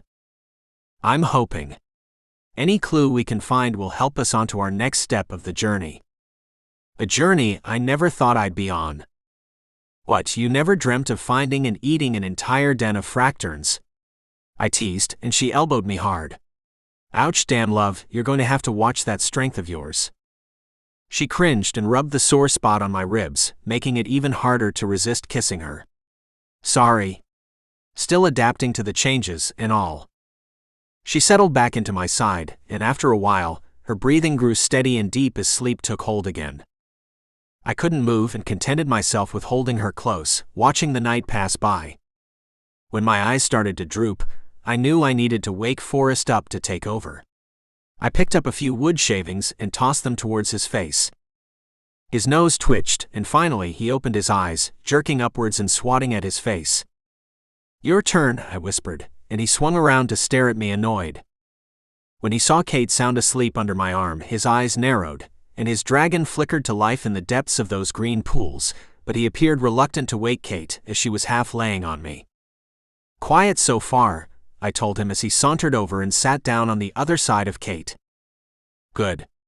Sun should be up in 5 hours or so. Get some sleep, he told me stiffly. I started to close my eyes, then stopped and poked him in the shoulder. What? He grunted. Just tell me something. When this is all over and Kate makes her choice, what will you do? You mean if we all survive and she is forced to choose? He replied sharply, but when his eyes slipped to Kate, his tone and face softened. I don't understand these feelings I have for her, but I know I do not wish to hurt her. I bobbed my head in agreement. Good to hear. However, the chances of her winding up with a half-demon are laughable. I opened my mouth to argue, but was cut off. You know what else is laughable? Listening to you two bicker about my affections as if I'm not here, Kate said, catching us both off guard. You talk too loud. Forrest lowered his gaze, aggravated. But I grinned, laughing quietly. Sorry to disturb your sleep. She shifted against my side but made no move to leave. Whatever, just go to sleep, Craig. Whatever you say, love. I sheathed my dagger back at my hip, laid my head back on the log and waited for sleep to take me away, at least for a few hours. Chapter 9. Kate. Someone jostled me awake, and I was ready to grumble at them to let me sleep longer when a warm hand covered my mouth. My eyes shot open instantly, and I stared up into the stern face of Forrest. I nodded briefly, and he removed his hand from my mouth. Craig was awake too and crouched low, glaring into the trees. The sun was barely rising, and the sky was overcast with darkening storm clouds. Craig lifted 3 fingers and I saw Forrest nod. I waited for one of them to explain what was happening, but their focus was solely on the trees. My sword and dagger were within reach, and I stayed low as I crept towards them, quietly slinging the strap over my body and picking up the knapsack of supplies as well. Forrest took it from me and placed it on his back. I poked him hard and glared, motioning with my hands that I wanted to know what was up, but the sudden appearance of fear on his face said maybe I didn't want to know. "Shit," Craig growled. "We have to move. They're coming this way." "What's coming?" I asked, but again neither answered me. Each took a hand and together we stayed low, winding through the trees. I sniffed the air as we went, but there was no hint of fracturns around. I smelled nothing at all, which was strange. "Guys? Tell me what we're running from." They exchanged a glance over my head, and I heard Craig gulp before he replied, "I'm not sure." "What? How can you not be sure? Are they dragons?" Forrest was already shaking his head. "No, not dragons, at least not dragons I've ever seen." All that answer did was confuse me more, but then the strangest sound met my ears, and Craig and Forrest dragged me down to the ground, both shielding me as they stared in the direction we just came. It sounded like clicking, but it was weird. I wasn't sure what I was hearing, but Craig paled, and even Forrest's dark complexion seemed lighter as his neck strained, and I sensed his dragon lifting its head, preparing for a fight. Mine started to do the same, and I lifted my head, ignoring Craig trying to push me back down. The second I saw it, I wished I never had. My jaw dropped, and the notion that I'd witnessed the scariest thing yet vanished. Traipsing through the trees were 3 figures, but they weren't solid. Not that they were see-through, they literally were missing chunks of their bodies, skin, and muscle. The clicking I heard earlier was their bones, creaking and cracking as they walked. I couldn't tell what they were, but when I sniffed the air again, still smelled nothing and grunted in annoyance. One of the figures' heads turned in our direction, and Craig glared at me. I shrugged in apology, but it was too late. The thing threw its mouth open wide, and a screech that sounded extremely familiar to the plague we faced reverberated off the trees. "Run," Craig growled, shoving me and Forrest ahead of him. "Run." As déjà vu slammed into me, I took off at a dead sprint, following Forrest's wild path as he dodged trees and leapt over rocks. I worried Craig wouldn't be able to keep up, but he was right behind me, throwing looks over his shoulder every few seconds. "Where'd they come from?" I yelled as we ran. "Can we worry about that later?" he demanded. "Just keep running. We have to get out of sight." Forrest threw over his shoulder as he slid beneath a low-hanging branch, and I followed, Craig sliding behind me in the underbrush before he was back on his feet, boots pounding loudly on the packed mud and leaves. "Where are we? How close to the Dara lands?" I asked. "Not far, but there's no standing structures left to hide in. We'll have to kill them." "Can't," Craig yelled. "Not without that potion, and Lucy was still working on making more for me when we left." "What?" I snapped. "There weren't supposed to be any of these things here," he replied in a growl. I shook my head, not believing we didn't have the one thing with us that could destroy a plagued one. A bright flash of light made me blink and glance at my arms. With my shirt sleeves rolled up, I could see the runes on my arms, and they were glowing, giving off a bright flash of light every few seconds like a pulse. Voices whispered through my mind, old voices growling, filled with power. The words made no sense, but I felt what they were telling me to do. "We have to get to Dara territory," I told Forrest. "I told you. There's nowhere to hide." "We don't have to hide," I told him. He frowned, concerned at the runes glowing on my arms. Trying to catch my breath, I panted 2 words. "Trust me." There wasn't time to come up with another plan, so he nodded and shifted directions, veering to the right. I took off after him, and heard the creatures growing closer no matter how fast we ran. But the voices in my head grew louder, and before Forrest even said we were close, I knew we were only yards away from stepping onto the territory that belonged to my family since the beginning of the dragons. The trees ended abruptly, and we stood at the edge of ground, blackened and dead-looking. Trees jutted up every so often, nothing but sticks in the ground. I expected Forrest to keep going, but he hesitated, his foot hovering over the darkened ground. "Move," I urged, but he still wouldn't go. Craig rushed up behind us and grabbed Forrest's left arm, dragging him along. I turned and prayed I knew what I was doing, as the three ambling figures screeched again, their limbs cracking in the most disgusting way. I stepped backward onto the land, and my feet were stuck to the ground. "Kate!" Craig yelled, but I couldn't turn to look at him. The words the voices whispered poured out of my mouth, so rough on my tongue. It was like I was possessed and could do nothing but watch. The runes on my arms flared even brighter, blinding me. Then my hand reached for the dagger, and I watched as I sliced my palm. Inwardly I cried out in pain, but my lips never stopped speaking those strange words. My blood dripped to the ground at my feet, sizzling as it started to glow just as the markings on my body. The three figures burst through the trees and sprinted straight for me. "Kate!" Forrest and Craig screamed at the same time, but the light exploded from me, shooting outwards. It struck the three figures, sending them flying back through the trees. I flew backward, right into the arms of Craig and Forrest. I felt numb and weak, shaking as the power left me and the runes on my arms returned to normal.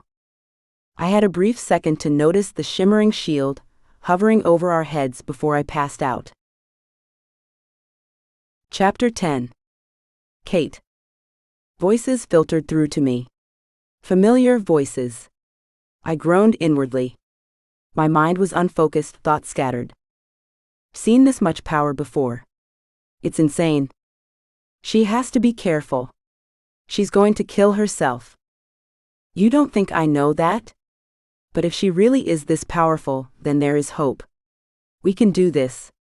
All we need are the right answers. I frowned, hearing the voices, but my eyes refused to open. My limbs were heavy, and my hand stung from where I'd sliced it open with the dagger. I attempted to recall what happened, but my mind was blank and rebelled, throbbing until I winced. "Kate? She's waking up." Two hands held my shoulders before one cupped my cheek gently. "Kate, open your eyes, love. Look at me." Craig, that was Craig. And Forrest. They were both here. I managed to squint open one eye and then the other, to see Craig hovering over me, breathing a sigh of relief. "Ouch. That's what happens when you're thrown by an explosion," he explained with a grin, but he was worried. I saw it in the strain of his face as he helped me sit up. I was too weak to hold myself up, and he sat down beside me, keeping me upright. "How do you feel?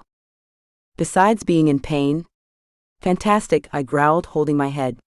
"What happened? You don't remember anything?"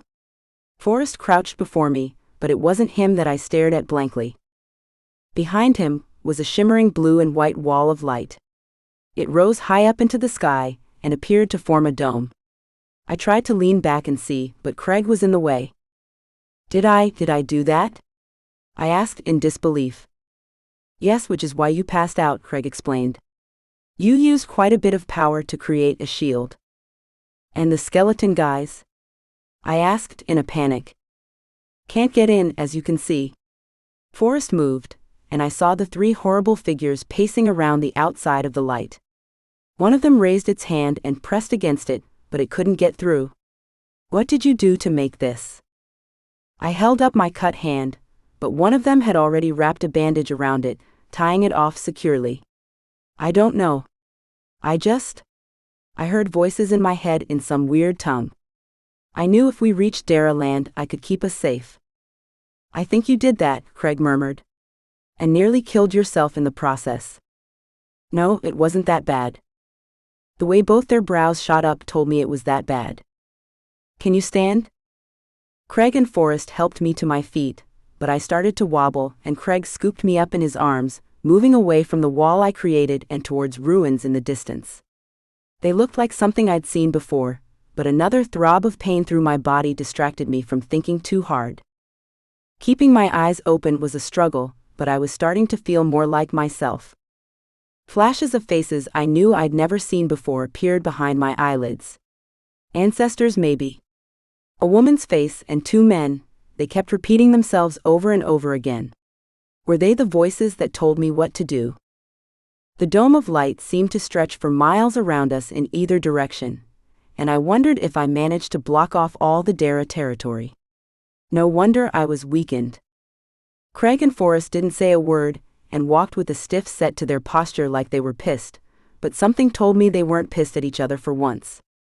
"Are you both mad at me?" I asked. Craig's jaw clenched and Forrest refused to meet my gaze. "Wow, seriously? I'm sorry for saving your asses again," I muttered and pushed against Craig's chest. "What are you doing? Put me down. I don't need to be carried like a child." "You're not strong enough," he growled, and his face shifted more towards that demon side of him I had yet to fully see. "Kate, stop it." "No, just let me walk." He stopped and dropped my legs before I was ready. I started to fall, but he caught me.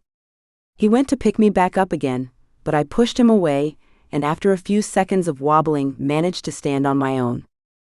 "Answer me," I demanded. "Are you mad at me?" "Yes," they said at the same time. "For what?" Craig crossed his arms and paced away, his usual smirk replaced by an angry scowl. I waited for one of them to answer. Forrest finally gave in. "You nearly killed yourself using that much power," he explained. "But I didn't." "Not the point," he snapped. "Do you have so little regard for your life? Do you know what we saw when that happened?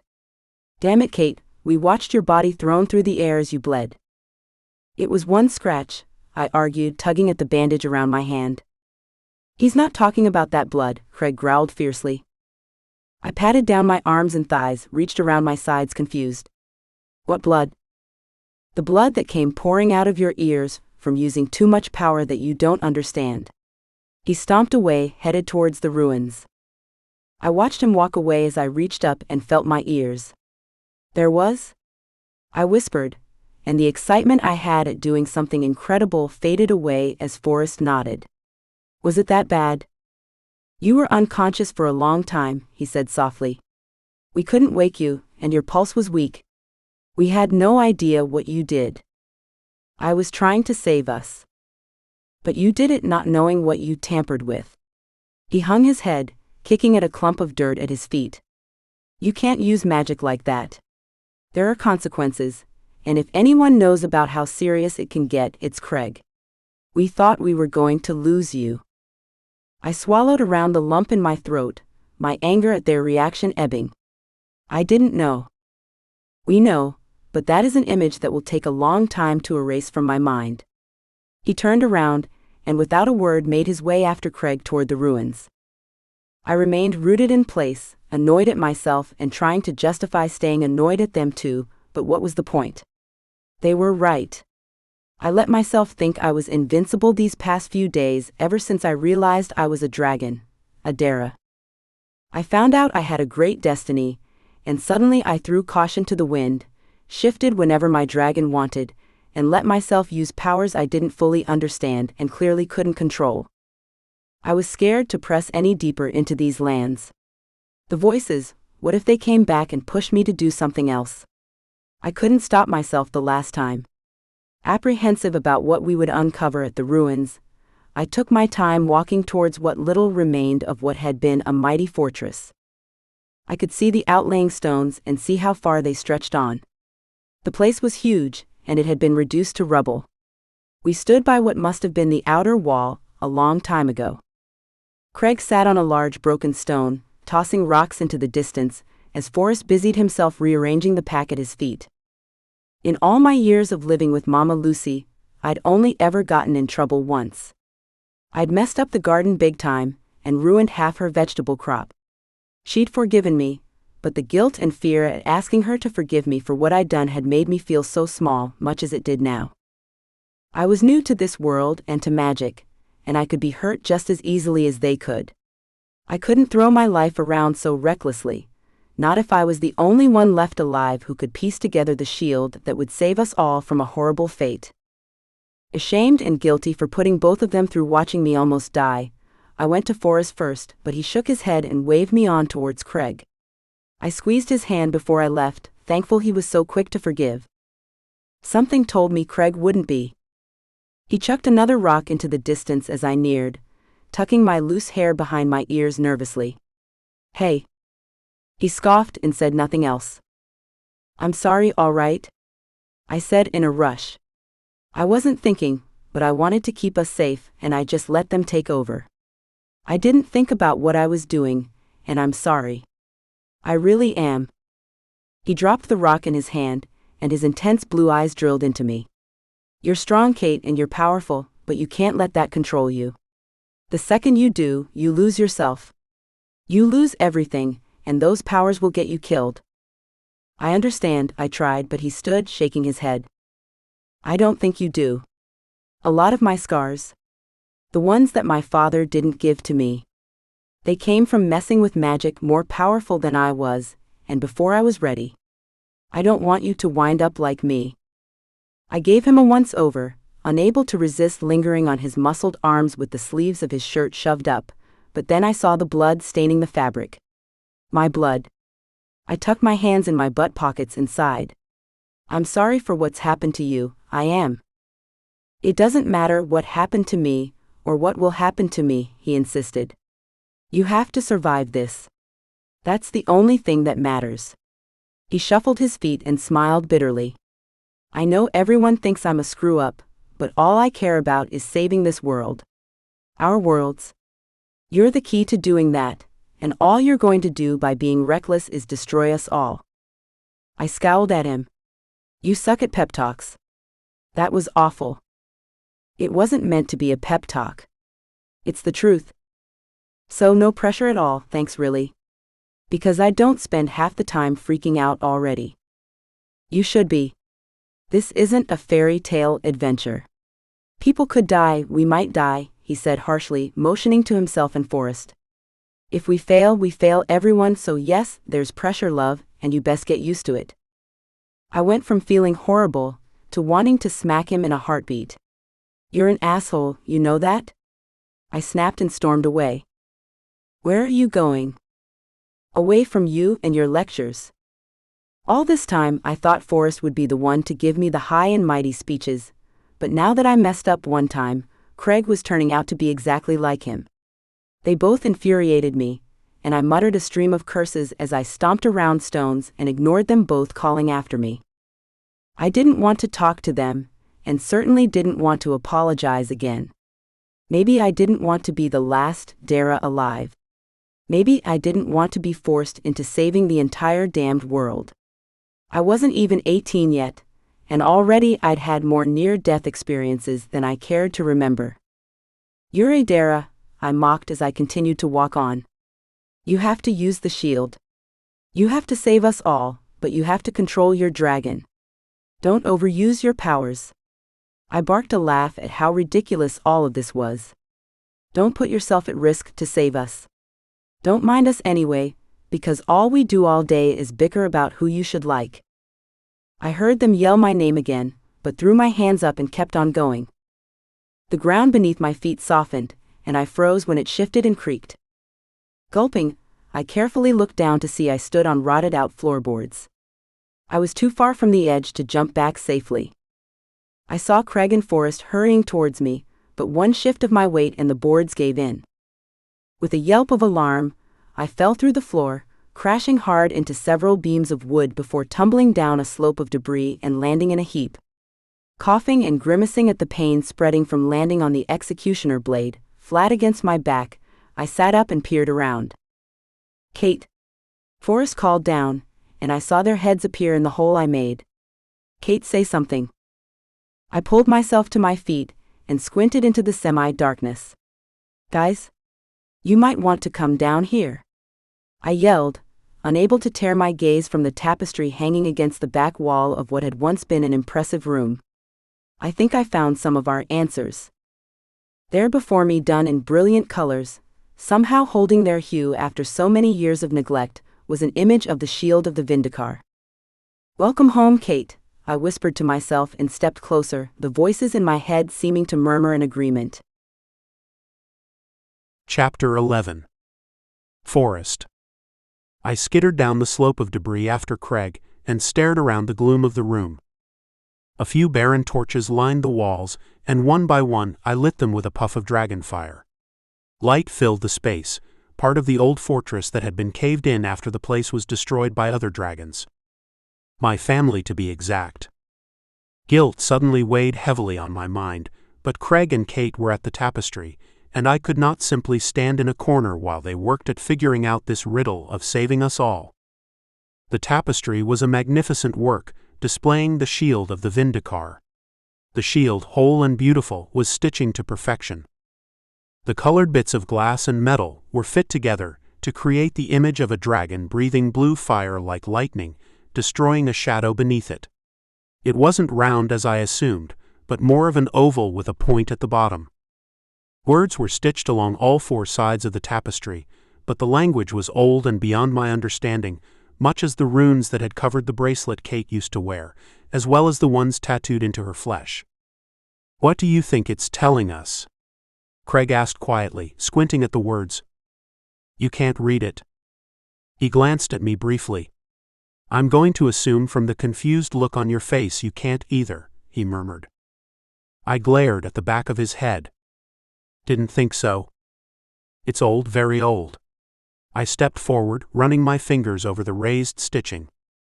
Kate was doing the same, moving the other direction, and her lips were moving.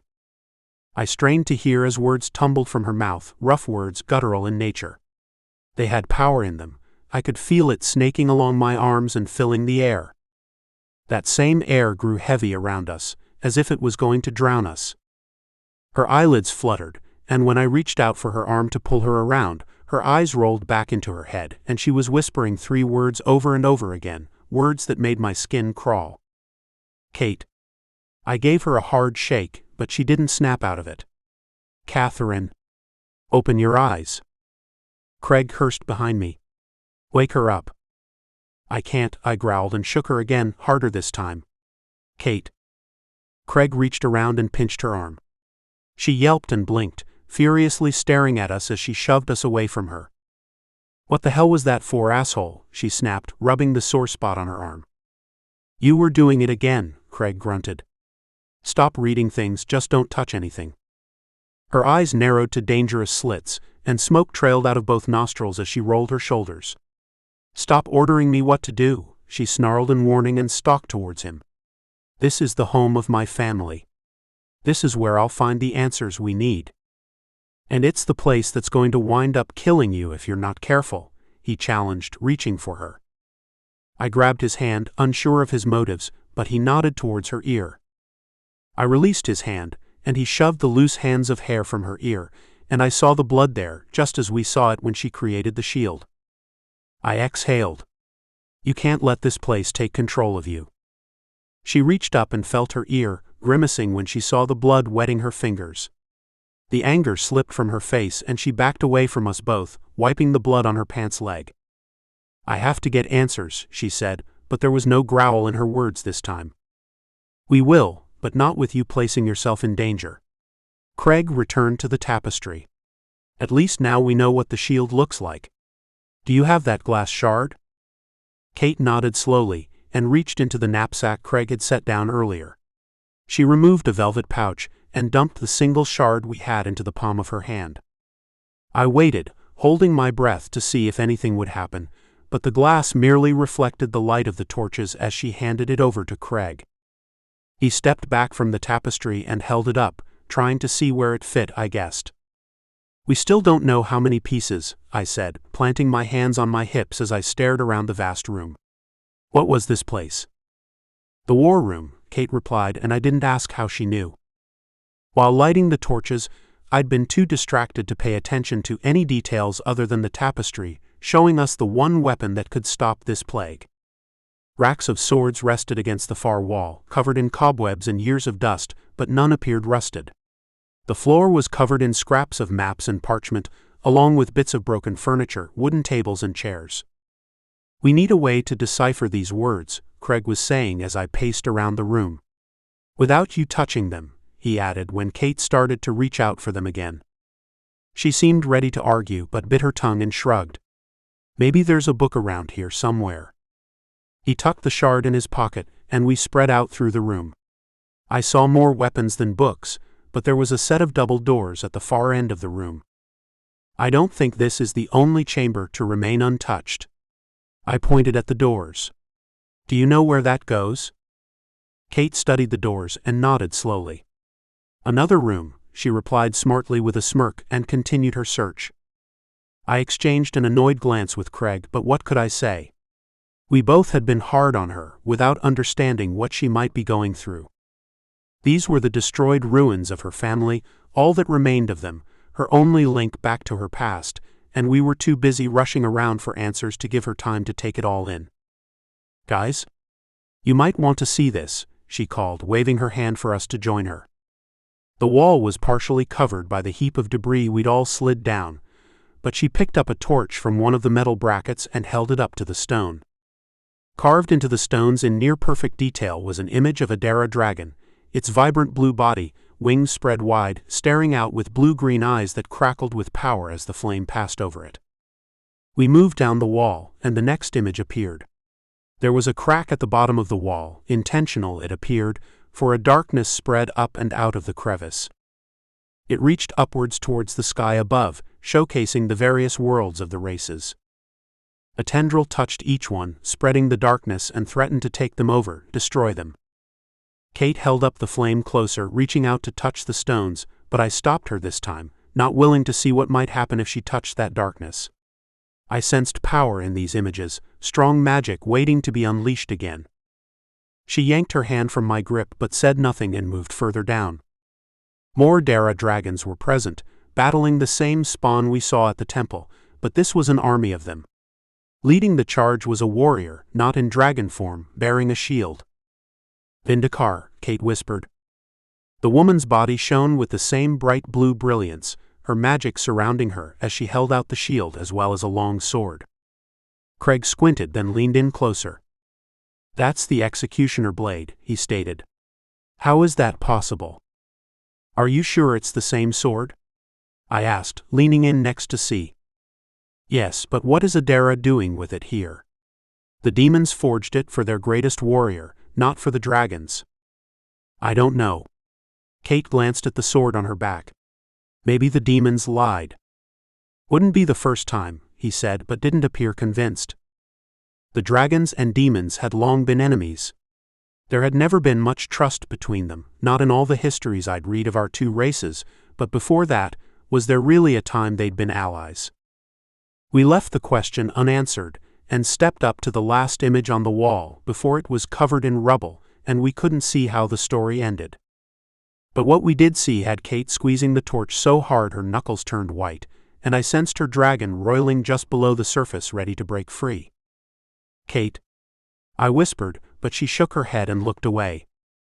Craig and I stepped up to the wall and saw the warrior from the last scene bearing the shield and sword as she fought the plague. As the light hit the images, they shifted and moved as if alive, showcasing the battle. Kate seemed to convince herself to look back, and we finally saw what she must have already sensed was coming. The warrior moved to attack the plague, driving the sword through its body and pummeling it to the ground with the shield, but something happened I did not anticipate. The power drained from the Dara, sealing the crevice and locking the plague within, but then the warrior fell to her knees before she toppled to the ground, appearing dead. Well, nice to know how this story is going to end, Kate muttered darkly, eyes fixated on the dead warrior. She stepped away, shaking her head and her shoulders sagging. Kate, I started to say, but she walked away, chucking the torch aside as she went. Let her be, Craig said when I tried to go after her. Why? So, she can be more miserable than she already is? I shrugged out from under his hold. We have to know if that warrior died or not. Unless you want to shove aside decades worth of rubble, we'll have to find something else. He stared up through the wooden slats. I'm going to make sure no one realizes we're down here. Why don't you get our camp set up so we can rest? Should be safe here for a day or two at least. You said no one comes onto these lands? Not unless they're us, I replied. He stomped away, climbing back up the rubble and grabbing hold of the rope we'd tied to a stone up top, so we could ensure a way back out. I worried the shield would be seen and would draw patrols, but as long as it held, we were safe inside it. Getting out would be the problem. I found Kate staring at the tapestry again, but her hands were shoved in her back pockets, not touching anything as we requested. I walked over as quietly as I could to grab the knapsack and get some semblance of a camp set up, so we could all take a rest. She acted as if I wasn't even there. Craig returned a few minutes later after covering up the hole we came down through, and said he saw no sign of any patrols or those skeletal beings following us. And the shield? I asked quietly, leaning my back against a fallen hunk of stone. Still going strong, he growled, and did not sound very happy about it. Are we going to even talk about what those things were? I'm assuming dead dragon warriors corrupted by the plague. I picked up a stone and tossed it aimlessly from one hand to the other. I've heard nothing of warriors vanishing for falling sick, not a single word. Could they be one of the patrols meant to guard these lands? Or ones who came from an outlying village? When the plague first hit, it was weeks, months even, before many of the demons were found ill. Not many traveled so far out unless for trade. I could not believe my father would know nothing of the plague appearing in our lands, but then again, I wasn't sure I knew my father as well as I'd thought anymore. We were still uncertain as to why her father showed his face. Madak and the rest of the Daras had hidden for so many years, many believed them to be gone, and paid them no attention. So why come out of hiding for a festival, and risk himself if someone hadn't first sworn to him he'd be safe? I fear I may not be as in the know with my father's doings as I thought, I admitted quietly to Craig. If the plague is here though, I have to tell him. He needs to know so he can prepare to protect our people. You're not going to run off to tell him, you can't. I didn't say I was going to, I pointed out, but how else was he going to know? I can't exactly call him though, can I? When we've gotten all we need from here, you can find a way to leave a message for him. Until then, we can't risk any of your men finding us here. He shifted his shoulders against the knapsack he used for a pillow as he lay down, clasping his hands under his head and shutting his eyes. No matter what you might say, she is a Dara, and until we know the truth about what happened to her parents, she cannot go anywhere near your father. He can't know she even exists. He said nothing else, and his breathing evened a few moments later. I was just as exhausted, but couldn't seem to make my eyes close. Kate studied the tapestry, but part of me doubted she was truly looking for answers. She was angry with both of us, and probably with her destiny as well. No one starts out on an adventure expecting to be hurt or killed, but having knowledge that she may have to sacrifice herself in the end to save the world was a tough one to swallow. I wanted to go to her, comfort her somehow, but there was nothing I could say. Unless we found more answers to this riddle, Kate's fate could be exactly the same as the one on the wall. Death comes for us all, but sometimes the hero must go searching for it and understand there's no fighting back. Chapter 12. Kate. I waited until Craig and Forrest appeared to be asleep, before I found a stone and rested my back against it, and tried to get some sleep. I closed my eyes, but every little whistle of wind or the call of a bird overhead made me jerk back awake, and soon I was staring wide-eyed at the burning torches surrounding the room. The war room. The room I knew from the voices telling me inside my head. The same voices that helped me create the shield that saved us from the plagued undead. Voices of my ancestors. I wanted to believe they were guiding me, and not trying to find a way to get me killed, but after what Craig and Forrest said, and seeing that mural on the wall, I wasn't so sure anymore about my so-called destiny. I was almost 18, ready to start my life, and I just learned I was now supposed to save the world. Save it and get myself killed in the process.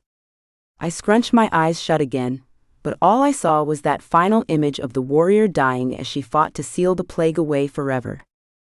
No, not forever, because someone betrayed my family. Someone destroyed the shield and let the plague back out. Restless, I climbed silently to my feet, and grabbing a torch from a nearby bracket, moved to the double doors at the far end of the room.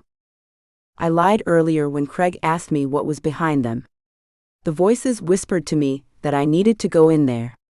The room through those doors was much more important than this room, and I was not going to wait for them to wake up to go see it. I felt I needed to see it alone first, but I doubted it would help me any with my quickly darkening future.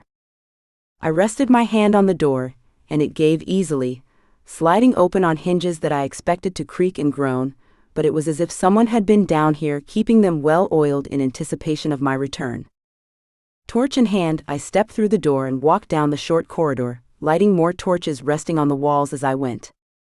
Another set of double doors stood at the end of the corridor, and these opened as easily as the first. It was through these doors that I found myself staring at an immaculate room lined with old stone hearths that once held roaring fires. 2 long tables stretching the length of the room ran along the left and right of me, with benches and random chairs broken or fallen over, covered in layers of dirt and dust. At the very far end, set up on a short platform, was another table, long, with 7 chairs seated behind it, the 2 in the middle taller and carved more intricately than the rest. A long time ago, my ancestors had sat right here in this hall, sat and ate with their friends and allies, their families, never dreaming how the Dara line would come to ruin. They'd laughed here as they feasted. I ran my hand along one of the tables as I strolled slowly forward. The voices whispered against my ears, happy voices, ones lost in time and memories. They told me nothing, but I suddenly felt more hopeful than I had a few minutes ago. If I closed my eyes tight enough, I could almost see this room filled again, and lit up by the fires in those stone fireplaces as food was brought out, one course after another. I sniffed, and the strong scent of roasted meat confused me. I opened my eyes and stared in shock. The torch was still in my hand, but the room was no longer dark and dank.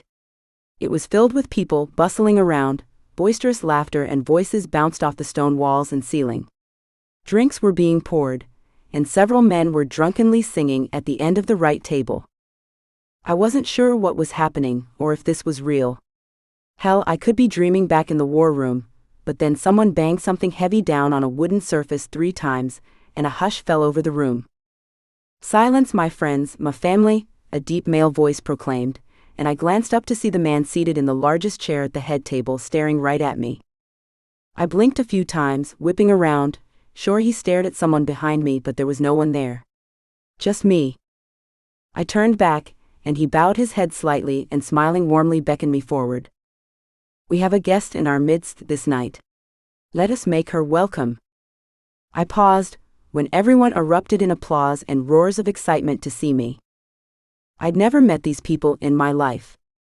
All of this had to be a dream, but I continued forward, frowning when I realized something was swishing around my ankles.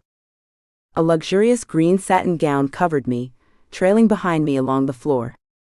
There was beading around the waist and all down the skirt, made to look like green flames. The upper part of the gown was a corset, but was extremely comfortable and had cap sleeves at my shoulders. My hair was done up as well, piled atop my head. The torch disappeared from my hand, and I held out the skirt of my gown in awe. Whatever this was, dream or not, this was the fanciest dress I'd ever seen in my life, and I loved it. Throwing my shoulders back as a sense of pride filled me, I smiled graciously at those around me, and listened as the heeled boots I wore beneath the dress clicked against the stones while I reached the head table. Unsure of what to do, I started to courtesy clumsily, but the man held up his hand to stop me. "There is no need for that. It is I who should be bowing to you," he stated. I wasn't sure what to say, but the words somehow managed to come out of my mouth anyway. "You are too kind, Malcolm Dara, as always. I have done nothing to warrant such respect." "That is a lie, and we both know it," he teased softly and walked out from around the table. A woman was seated beside him, beautiful with black hair and soft green eyes. She beamed at me, as did the others beside her. He continued, "It is not often the Vindikar graces us with her presence. You are, after all, so busy of late." "The shadow never sleeps, at least not yet," I replied easily even though my mind raced. Malcolm Dara reached me and held out his arm. "Shall we walk? I feel if you are here, it is not for the food or drink." "Sadly, no. Though one day I hope it will be." I slipped my hand into the crook of his elbow, and we left the happy atmosphere behind as we returned through the doors I entered from. We did not enter the war room, but remained in the corridor. 2 dragons stood sentry, but with a wave of his hand, Malcolm sent them back inside, closing the doors behind to give us privacy. The smile that had graced this handsome man's face before now fell away. He raised a brow. The truth now, Celandine, why have you come? Celandine. That's who this was, or I was? I needed time to process what was happening, but my lips were moving again and I only heard my voice. We have been deceived, I whispered harshly. I cannot tarry for long, cannot be away. What betrayal do you speak of? One from within these very walls. I do not know who, but Malcolm, the shield, it has been stolen and the plague threatens to flood out of the breach. The power I have placed to temporarily hold it back will not last long. What? He gasped, horrified. How is that possible? The shield is the lock. No one can take it unless it is you. I know. When we fought the shadow years ago, I fear part of it remained in another, and waited until it was strong enough to come forth again.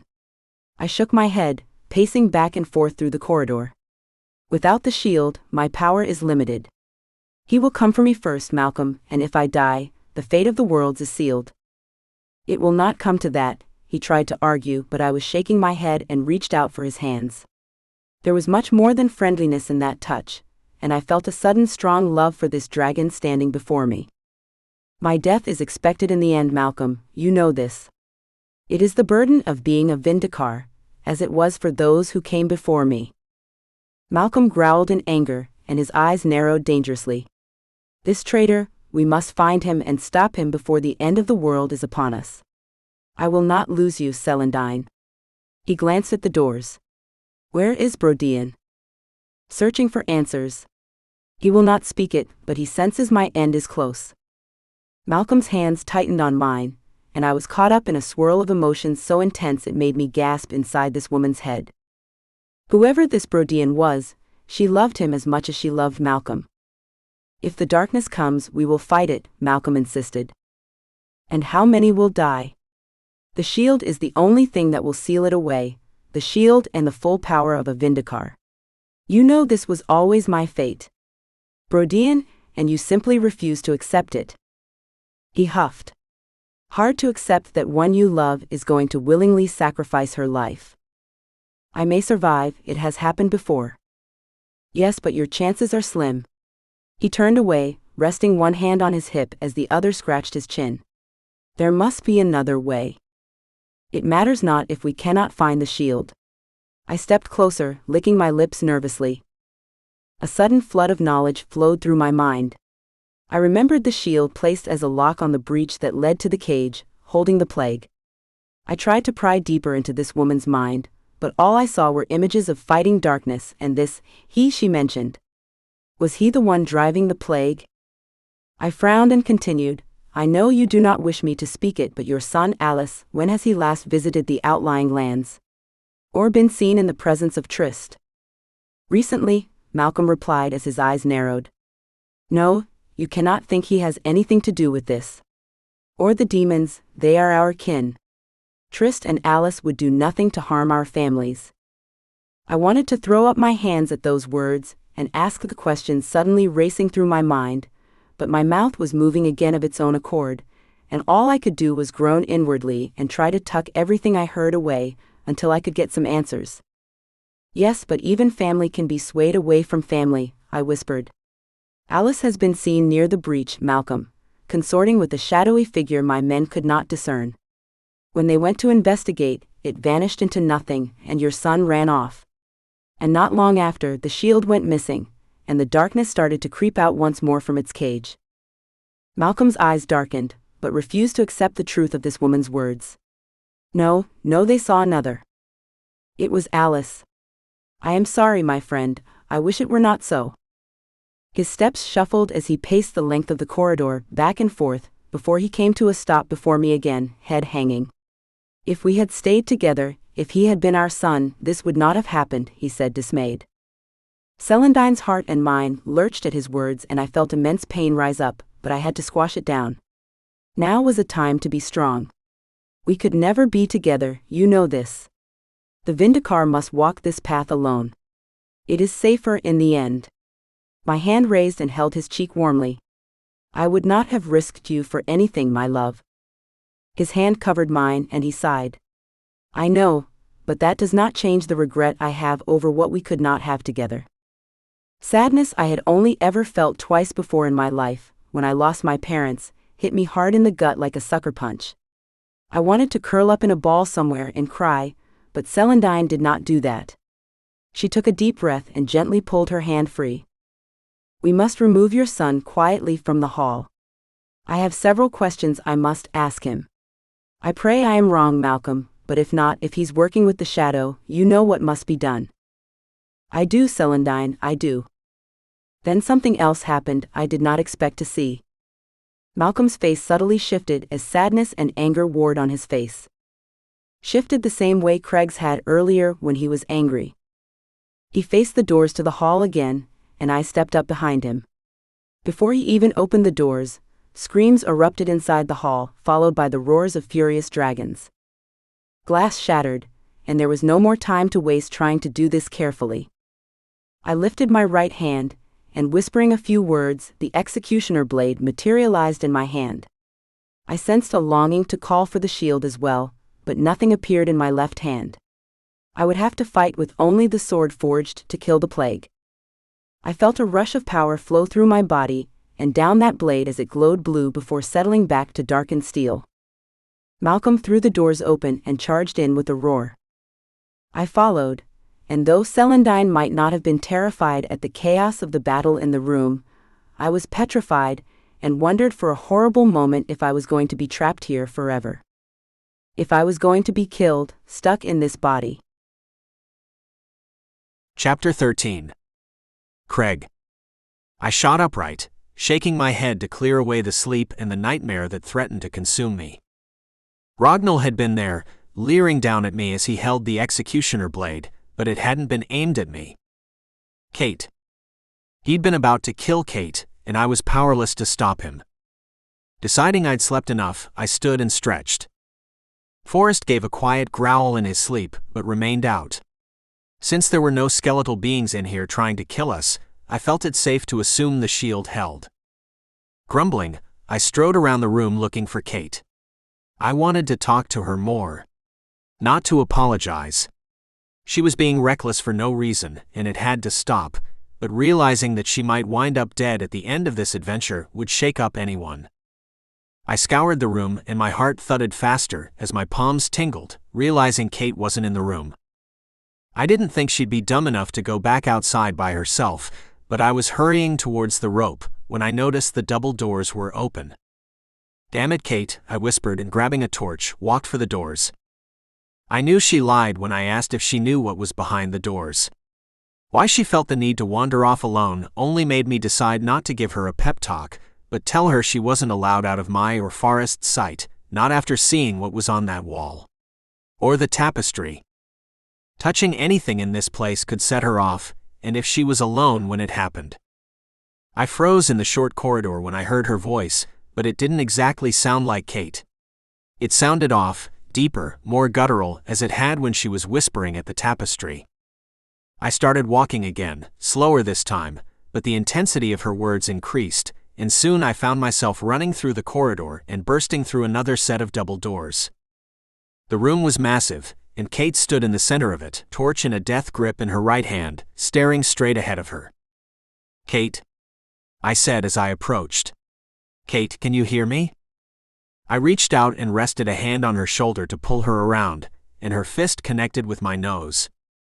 I cursed, dropping the torch as she came at me again. Her torch hit the ground, and I caught another punch to the jaw before I snagged her wrists, spun her around, and wrapped my arms securely around her. Kate. Snap out of it. She snarled, snapping her jaws as she tried to bite me. Kate. It's Craig. Just stop.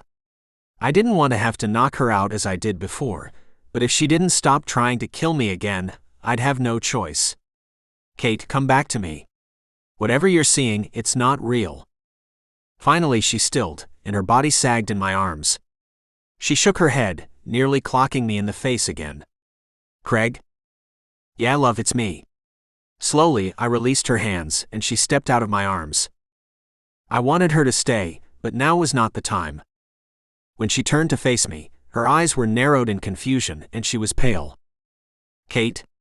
What were you doing in here? Why are you bleeding is the better question. She quickly tore off part of her shirt and pressed it against my nose. I winced, but she didn't lessen the pressure. I hadn't realized my nose was bleeding so much. You punched me a few times, I told her, sound muffled from the fabric. I did. What do you remember? I took the piece of cloth from her, and she backed away, wringing her hands before she bent to pick up her torch. You were talking when I found you in here. What did I say? I shrugged. No idea, but it didn't sound like you. Celandine, she whispered. Who? Kate tilted her head and whispered the name again. I saw her, or was her, we were here. She waved the torch around the space, and I glanced around, taking in the tall ceilings and the hearths lining the walls. It was a feast hall, one that could easily hold 200 people. The Daras would have held court here. But this Celandine, I didn't know the name, and nothing Kate was saying made sense. I wondered if she hit her head. It was possible if she was wandering around on her own, slipped and fell, but her eyes suddenly flared bright with power and the markings glowed through her clothes. Kate, whatever you're thinking, just stop, I ordered, rushing to take hold of her shoulders as her eyes slid closed. No, stay with me. Stop listening to the damned voices and stay with me. Her arms twitched violently, and she growled, smoke slipping from her nose as she swung her head around, fighting an invisible enemy. I yanked the torch out of her hand and pleaded with her to listen to my voice, but whatever had hold of her was stronger. She either couldn't hear me, or whatever trapped her wasn't finished with her, not yet. When blood started to seep from her ears and her face screwed up in pain, I did the only thing I could think of aside from knocking her over the head. I crushed my mouth to hers, kissing her fiercely. She immediately stilled in my arms, and then her lips moved against mine, and we clung to each other tightly. The kiss was more intense than the first time, and I never wanted it to stop. I lifted her off her feet and set her on the table behind us, reminding myself not to completely lose control, but she was intoxicating. When we came up for air, I smoothed her loose hair from her face, cupping her cheeks. Kate. She licked her lips, but her eyes were back to their normal soft green, and the markings on her body ceased their glowing. She was breathing hard, and her cheeks were bright red. That was nice. I smiled in relief and hung my head. You have to stop scaring the shit out of me. I'm not meaning to. I lifted my head and kissed her forehead, holding her close as she rested her head against my chest. What's going on here? What are you hearing? Not hearing, she whispered so quiet I almost couldn't hear her. Seeing. I forced her to sit up and stared deep into her eyes. Say that again. I'm not sure I should. You're just going to give me another damned lecture. She was damned right I wanted to, but there was something else on her face aside from her annoyance at me. Fear, knowing. Whatever she saw was important, and my hope of keeping her from overexerting herself was gone. I won't swear it, I stated, but she cocked an eyebrow at me. What? You suck at lying. You're the one bleeding out of your ears again. She lifted her hand to her ear and lifted her lip in annoyance at the blood on her fingertips. Too much at one time, maybe? I don't know, but I have to keep listening to them, Craig. I think they're trying to show me what happened here. We know what happened. Forrest told us. No, she said, shaking her head as she hopped off the table and picked up her torch. Before the Daras lost power, long before. Back when the shield was stolen. That was not what I expected her to say. My jaw dropped, and it took a few minutes before I could think clearly to ask what she saw exactly. But instead of rushing to tell me, she shifted on her feet nervously and turned her back to me. Kate, is this about what just happened with us? I asked. It was stupid of me to kiss her like that, what with us fighting to find the shield and dealing with the plague, but I'd be lying if I said it was merely to pull her back to the present. I was drawn to her in ways I couldn't explain. Are demons and dragons related? Beg pardon? I muttered, unable to think of anything else to say. Are they related? Meaning, did demons come from dragons? I rubbed the back of my neck, not sure what prompted this line of questioning. I've never heard of such a thing, ever. I'm not really sure what you're even asking me. I'm not either, not really. Just tell me what you saw. And who's Celandine? Her grip tightened visibly on the torch, and her shoulders stiffened. I worried she was slipping away again, but when she faced me, her eyes were clear, though her skin was deathly pale. She gulped so loud I heard it, and chills raced down my spine. What had she seen? Forrest should hear it too, she told me quietly. Forrest. Of course. For a few wonderful minutes, I'd managed to forget about my rival in the other room, sleeping soundly away. Dragging his ass in here was the last thing I wanted to do, but she was right. If she found out something important, it'd be a waste of breath for her to tell it twice. I nodded and said I'd go get him. She rushed up behind me and grabbed my hand before I reached the door. I opened my mouth to ask her what was wrong when she kissed me, not long enough, but enough to tell me what was happening between us was not one-sided. I don't understand this, any of it, she whispered, gripping my hand hard enough to break bone if she wasn't careful.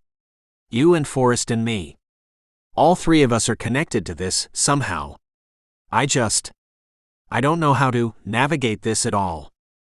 I cupped her cheek again and smiled, even as a white-hot spike of jealousy stabbed me in the chest. Believe it or not, it's new to me too. Doubt it? No, it's true. No demons wanted to be with the half-breed, I explained. Though I did have my fair share of human dates. Those were interesting. I wanted to see her smile, and was rewarded with one as she rolled her eyes and gave me a shove towards the door.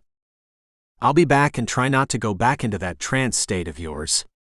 Though, I won't exactly mind pulling you out of it again. I winked. She handed me her torch to find my way back to the dragon in the other room. Kate's words stayed with me and pulled me away from wallowing over my growing attraction for her. Why would she ask if demons and dragons were related? The races didn't come from one being. They all had their origin stories, and demons certainly were nothing like the dragons. The urge to know what she'd seen spurred me on faster, and I ran the rest of the way to fetch Forrest and figure out how much worse this situation was becoming. Chapter 14. Forrest. I grunted when someone kicked my leg. Wake up, Craig growled. What for? Just get your ass up. Kate found something. I sat up immediately, rubbing a hand over my face to shake the strange dream I was having of Kate, myself, and even Craig. We were ourselves, but we weren't at the same time. It was strange, and as I found my feet, hurrying to keep up with Craig, I couldn't shake the feeling that my dream was more than just a dream. Where is she? I asked, confused as we left the war room and entered another corridor. She went exploring while we slept, he muttered, and by the sharp tone of his voice, whatever she found must have put her life in danger again. Is it that bad? He stopped short of another set of double doors. Don't know. She hasn't told me what she saw yet. He stepped through the doorway, and I joined him, trying to take in our new surroundings quickly until my eyes landed on Kate. She sat atop what looked like a head table of some sort, perched on a dais at the head of the room. Craig nodded. Right, he's here. Now tell us what you saw. Did you ask him yet? Ask me what? She looked to Craig. Really? I figured that'd be the first thing out of your mouth. Oh no, I'll let you continue the crazy, and sit back and hear what he has to say once we hear everything. He leaned back against another table, crossed his arms, and waited patiently.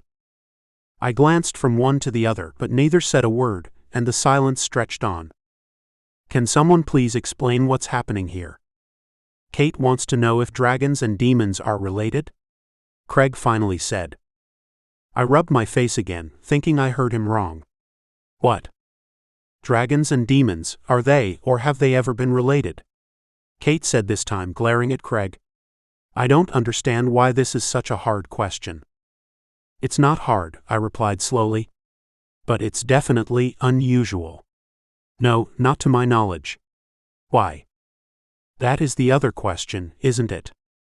All right, Kate growled, and her eyes flared greenish-blue at Craig. While you two sleeping beauties were snoring, I came in here to see what the room looked like. So, you did know what was beyond those doors? Craig challenged, and her cringe was all the answer we both needed. Go on. I wanted to see what the hall looked like now. The war room was in decent condition, and there are more rooms that branch off from here, she said, pointing to the right and left. I'm not sure if they're accessible or not, but I know where they lead. And you came in here and what? Decided to come up with a list of strange questions? I had no idea where this was headed, but from the way her eyes darkened and took on a faraway look, I knew she had discovered more than just a room filled with old tables and chairs. I closed my eyes, she started quietly, and when I opened them, this room was filled with people. Dragons. Daras to be exact. And I wasn't exactly myself. Craig's arms fell to his sides, but I was the one who asked. Who were you? Was this some kind of vision? Vision or my personal trip to the past? They saw you? Craig asked, alarmed. They did, but like I said, I wasn't me. They called me Celandine, the Vindicar. A throbbing started at my temples as I attempted to process what she was saying. The Dara, Malcolm, he announced who I was, and then he led me from the hall. We were talking about the shield and the shadow, about how it was back and spreading, she said in a rush. I, or Celandine, told him there was a traitor, one who was ready to destroy the shield and was seen at the breach with a shadow figure. I don't know, not a lot of it made sense. The son's name was Alice? And the shield, someone stole it from the cage and released the shadow again. I had the executioner blade with me too. I filled it with power somehow. Craig perked up at those words. That's not possible. I had it, Craig, it was that sword. I could feel the power in it. That sword was only forged a few centuries ago, he uttered, sounding lost and worried. How do we know what you saw was even real? I was this woman, Kate insisted hotly. I felt everything she did. As she and Malcolm were speaking, an attack happened here in this very room. That's when you found me. She nodded to Craig and her cheeks reddened. When I decked you, I thought I was fighting off the plague dragons. I squinted at his face and noticed the subtle bruise forming on his jaw and around his eyes. You're saying this Vindicar, you are her or were her in some past life? I needed clarification. I'd heard rumors of some having dreams and visions of past lives, but nothing ever came of it. They were merely dreams that passed once the dawn came, but for her to see everything so vividly, to be caught up in the action, it was unheard of. Something like that. I'm from a line of Vindicars, right? We don't really know, Craig explained softly. He studied the ground, seeming unwilling to meet either one of our gazes. If that sword was forged that long ago and used by the Vindicar, makes sense you wield it so easily. Do you recognize any of these names? She asked me. Malcolm Dara or Alice his son? I shook my head. I don't know much of the Dara line, past the last few generations. What happened in your vision? I don't know. It ended when Craig found me. You were bleeding again, he growled. The forms in his face shift before he got himself under control. Why did you ask about demons and dragons? My head gave another painful throb and I winced. My entire world was quickly being turned upside down. I started on this mission to track down Ragnall's bastard son, knowing my place and my purpose, but now I had no idea what was right anymore. I had no idea what I was doing, or where this path would lead. Kate picked at her nails, nibbling her bottom lip. There were bags under her eyes, and I wondered how much these visions and voices were taking their toll on her. Malcolm, in the vision I had, his face shifted when the attack started, like Craig's does. What? Craig snapped, but I could tell it wasn't meant for Kate. Malcolm Dara was a dragon. I'm just telling you what I saw. She fidgeted and looked away.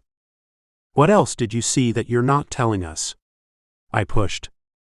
She didn't seem ready to talk about it more, but blurted out, Celandine and Malcolm were in love, but they couldn't be together because of what she was. And there was another she mentioned, A demon, I think, from what I could put together from her thoughts, but I don't remember the name, started with a B. That wasn't exactly what I expected to hear, but I could tell it made her uncomfortable, though the exact reason why was lost on me.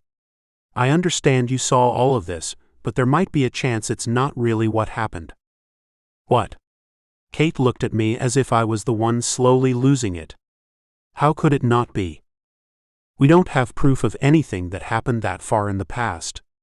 There are no records any of this darkness ever existed, in plague form or shadow. No written testimonies of the Daras fighting for centuries. No one remembers these tales, I pointed out.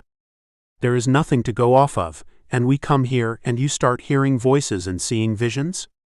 How are we so sure it's your ancestors showing you this, and not the curse that was placed on this land? What if it's the plague itself showing you these things? You're calling me a liar. No, I corrected Kate. I never said that, but I don't understand how we can know for certain what you saw is true. Craig said it himself, the executioner blade didn't exist until a few centuries ago. And until a few days ago, you had no idea what the Vindicar was, she shot back furiously. I held up my hands as she hopped off the table looking for a fight. I don't want us walking into a trap. Or you're trying to save your ass because you know more than you're letting on. Seriously? I'm not holding back, I assured her, but she clearly didn't believe me. Don't you recognize this room? She held up her arms and spun around. The shape doesn't appear familiar to you at all. I lifted my gaze, taking in the walls and the ceiling. No, should it? She opened her mouth to reply, but Craig said it first. The burnt world, this fortress, it's mirroring the one in the burnt world. The world created by the Daras to seal away the shadow when the shield was broken, Kate finished. They created a mirror image of their lands. Everything was destroyed here, but they managed to keep most of their lands safe until your family came along and ruined them. I took her glare in stride. We don't know everything for certain. Then it's time you see what I see. She stormed towards me, grabbed my hand and reached for Craig's too. As she held them, I felt her palm grow burning hot, scalding against my skin. Her eyes shut tight, and the markings on her body glowed a fierce blue with magic. It coursed through her and burst free, surrounding the three of us.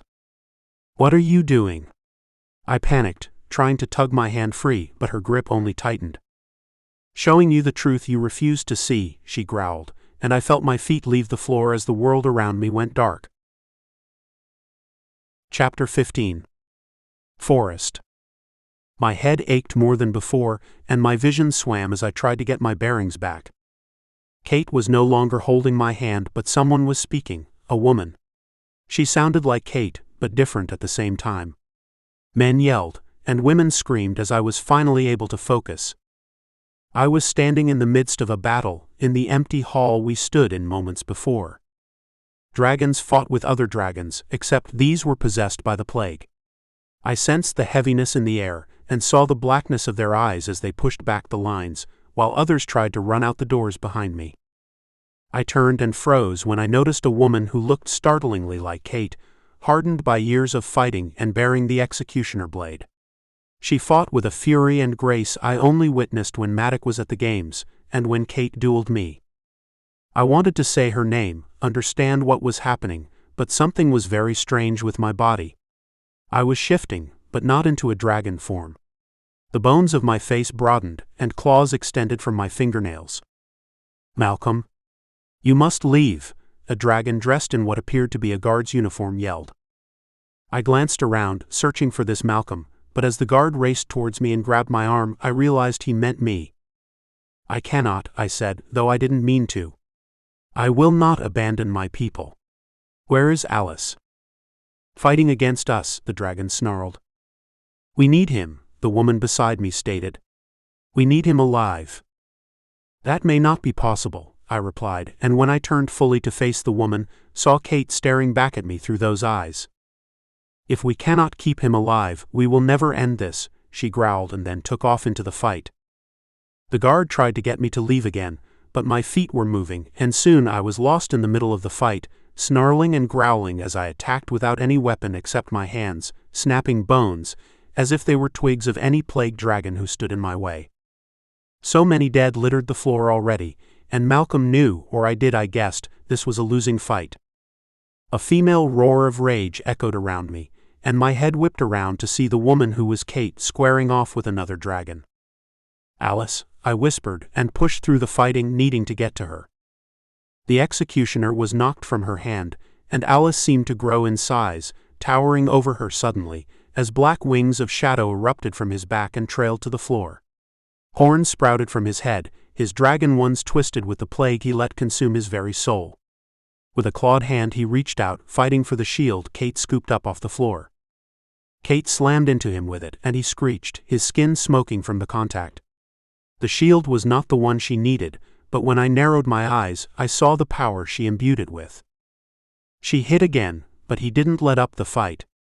He whipped around, and his wings caught her hard in the side, sending her flying across the room. "Your blood is all we need, Vindikar," he snarled as he stalked towards her. He kicked out, hitting her in the face, and her head flew back as blood spurted from her nose. She struggled to get to her feet. 3 plague dragons dragged me backwards again. We landed in a heap on the floor, as I desperately clawed and bit to get them off me. I had to get to her. I was not going to watch the woman I loved be slaughtered in my hall. Mentally, I froze at the intensity of emotion I felt bubble up for the woman across the room, but physically, Malcolm continued to fight. Alice had her by the throat, the shield fallen at her feet. She dug at his hand, but he easily lifted her up and slammed her hard into the wall over and over again, until her body hung limp. "Celandine." I whirled around in time to see a blur of a man sprint through the room and body slam Alice. Alice flew backward and flattened into the rear wall.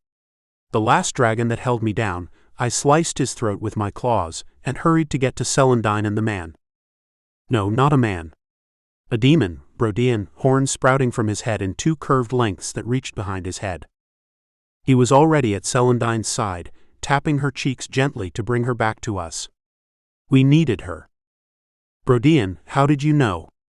I asked as I knelt by their sides, reaching out to hold Celandine's hand as he tried to bring her back, resting his palm on her forehead. "I sense danger," he murmured, and when he opened his eyes, the red irises that shone back were filled with the same intense love I had for this woman before us. And I knew in that moment, this was Craig staring back at me.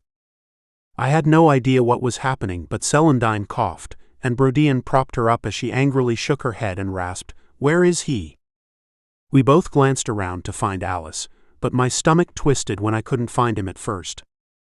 Then, a harsh cackle sounded throughout the room, and 3 of us turned as one. Alice held the stolen shield of the Vindikar in his hands, flesh whitened to a sickly pallor as the plague took full control of him. "Powerless without your shield. Pity truly, my master hoped to have one final fight with you, but without this you are nothing." Celandine snarled, her eyes flaring with power that flowed through me and Brodian at the same time. Marks I hadn't noticed burst to life on our arms, and we stood as one, drawing strength from each other. "You will never succeed," she growled fiercely. "Not in this lifetime or the next." "So says you." Alice lifted the shield high over his head, and just as the 3 of us moved to get it back, he brought it down on the stone, smashing it hard with a yell of triumph. The shield shattered, exploding outward and sending any left standing flying across the room as the walls trembled and a fine layer of dust covered us. The pieces scattered, glass tinkling loudly as a hush fell. Shards were everywhere. "Nothing will stop my master now. Nothing." Celandine wiped blood from her nose on her arm and lifted her lip in disgust. "I will destroy you," she raged. "And your master. I will tear you apart with my bare hands." Before I could react, she lunged out of our grasp, scooped up the executioner blade, and attacked Alice with a roar. We made to go after her, but Alice spun around, his wings blocking out any sign of Celandine, and with a sharp crack that smelled as though the very air was burnt, they were gone. "No," Brodian snarled. "No." The plague dragons in the hall rushed for the doors, and I was left staring at the few left with us. They were beaten and bloodied, and the rest of our men outside. I had no idea what condition they were in, but we needed them. We needed every last fighter we could find. We have to go after her, Brodian insisted, and was already moving towards the door. And do what? Save her. Save everyone, he snarled and yanked his arm free. Gather your men, Malcolm. The fight to end all fights is upon us, and I believe we will not survive to see a new day. Brodian took off out of the hall, and I had no choice but to follow. The sounds of battle met my ears before we even breached the front doors, and I stared in shock to see the aerial battle taking place overhead. Dragons, all Daras, fought against the plague, soaring through the air on wings of shadow and bone. The fortress had been badly damaged already, and I wondered how this fight ended. I wanted to stop and find a way to get back to the present, but Malcolm was running again, chasing after Brodian. Celandine, we had to get to Celandine. And Kate. What happened if we died here with these people? Would we be killed too? The ground shook and threw us to our knees as a bright blue and green light exploded upward into the sky, beyond the trees. A screech came with it, and my heart plummeted. Alice, I breathed and sprinted as fast as I could for the breach. I didn't know what we would see when we arrived, but Celandine was locked in a fierce battle with Alice, and behind them, smoke billowed up and out of what I assumed was the breach. Darkness bubbled up and soaked into the ground, reaching out ever farther, and threatening to surround Celandine and Alice as they fought on, unaware of the danger. Or aware, and understanding she was about to die. Celandine. Brodian bellowed, and he and I threw ourselves at Alice, knocking them apart. Celandine bled from several gashes on her arms, and more blood soaked her green gown torn to shreds. She could barely stand, and as Brodian attacked Alice, driving him back towards the breach, I helped her to her feet. We must retreat, I pleaded, but she shook her head. Celandine, please. No. If I leave now, the darkness will consume everything in its path, and he will rise again. I will not watch the world be plunged into darkness on my watch. The shield is broken. You cannot hope to seal the breach. She stared deeply into my eyes, and amongst the pain from her wounds I saw her resolve strong and true. You know what I must do, Malcolm, what I'm meant to do. Her hand held my cheek and I covered it with my own, furious. No, I won't let you. I wasn't asking. Brodian's snarl drew our attention, and he grabbed hold of Alice, spun around and flung the plague demon back into the trees. Grunting in satisfaction, Brodian rushed to our sides. Why do you appear as if someone is dead? He demanded. Ask her. Celandine tilted her head, but Brodian growled for both of us. Whatever you plan, no. We will find another way. This is the only way. If not, we risk losing everyone we know and love forever. Brodian hung his head, growling furiously. You will not do this alone. No, I agreed. If you go, we go with you. That is how it must be. I must. The cage will not be enough. I must create another portal, a way to completely sever the plague's ties to this world. She gripped each of our hands. It will destroy me, and once I'm gone, you must separate the realms. What? Why? Brodian demanded, but I couldn't believe what I just heard. The realms, I always assumed they started out separated, but the Daras did it.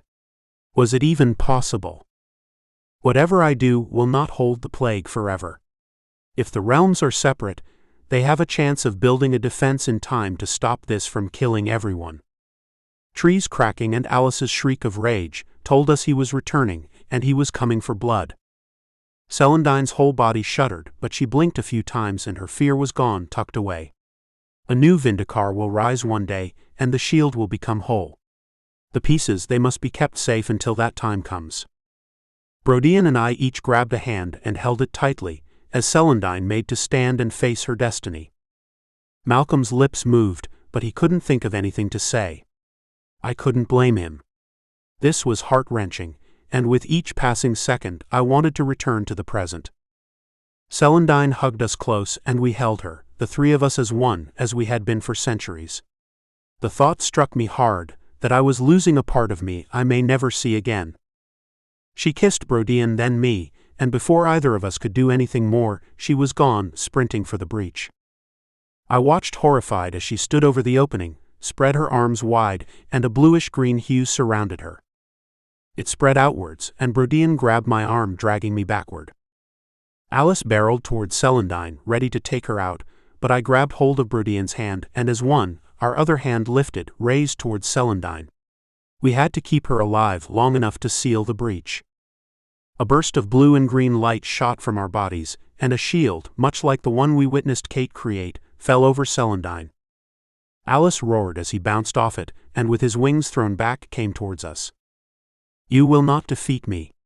He scooped up the executioner as he came at us, but as he raised the blade to strike, Brodian's free hand and mine lifted and the blade ricocheted of a blue shield protecting us. Words fell from Celandine's mouth, loud enough now for Malcolm to hear, and to let me know what was about to happen. Her head turned, and we saw her eyes over her shoulder, a sad smile spread across her lips. A staff of brilliant light appeared in her hands. She lifted it up, and with a final yell, slammed it down into the ground. The ground beneath our feet shook violently, and I sensed the world around us stretching and tearing, as a rift formed between worlds. Alice and the other plague surrounded us, and I feared they'd get through, but suddenly they were being dragged backwards towards the breach. They screamed and tried desperately to hold on, but the power was too great. We dug our feet in, but the power left us alone, the whips of bright light lashing out to snag those of the darkness. I could barely make out Celandine's body, and when I did, I whispered a final goodbye. Alice clung to the edge, clinging to this world, but Celandine brought the staff down again, and in a blinding explosion that sent us soaring through the air, they were both gone. A stillness fell over what had moments ago been a raging battle. I took a few shaky steps forward, but there was no point in searching. Celandine was gone and the plague with her. "My son, I have lost my son and my love in one instance," I whispered. Brodian's hand fell on my shoulder. "Come, we have much work to do. Your time for mourning will be short, my friend." Malcolm knew he was right, but I wasn't sure at first what he meant. Then Malcolm's thoughts darkened, and I realized what was about to happen. In splitting the realms to keep the races safe, we would be using every ounce of power we had. It would kill us in the end. "The others, they must be told of what has happened here before we do this," I warned. "If we are ever to have a hope of beating this for good, they must know." "They will be told. Have faith." Brodian and Malcolm walked side by side, through the destroyed fortress and dead that littered the ground. There was no time to send them off to the afterlife, not now when the fate of the entire world hung in the balance. They would know about the sacrifices made this day, they must. Chapter 16. Forrest. I gulped for air, sitting abruptly upright as I stared wide-eyed around the hall. Warm hands were in mine, and I heard two others breathing just as harshly. Craig, Kate, and I were on the floor in the hall, lips white with pain and fear, blinking in confusion and grief. Kate looked like she was going to be sick, and I realized she must have felt Celandine die, felt herself die as she used what power she had to create the burnt world. I squeezed her hand harder in comfort, but all she did was blink at me. What was that?" I whispered, but had to cough a few times before I could get the words out. Everything hurt, as if my body had been torn apart and haphazardly put back together. I had not died, but I saw where Malcolm's thoughts led and was secretly thankful we'd returned before I had to witness that.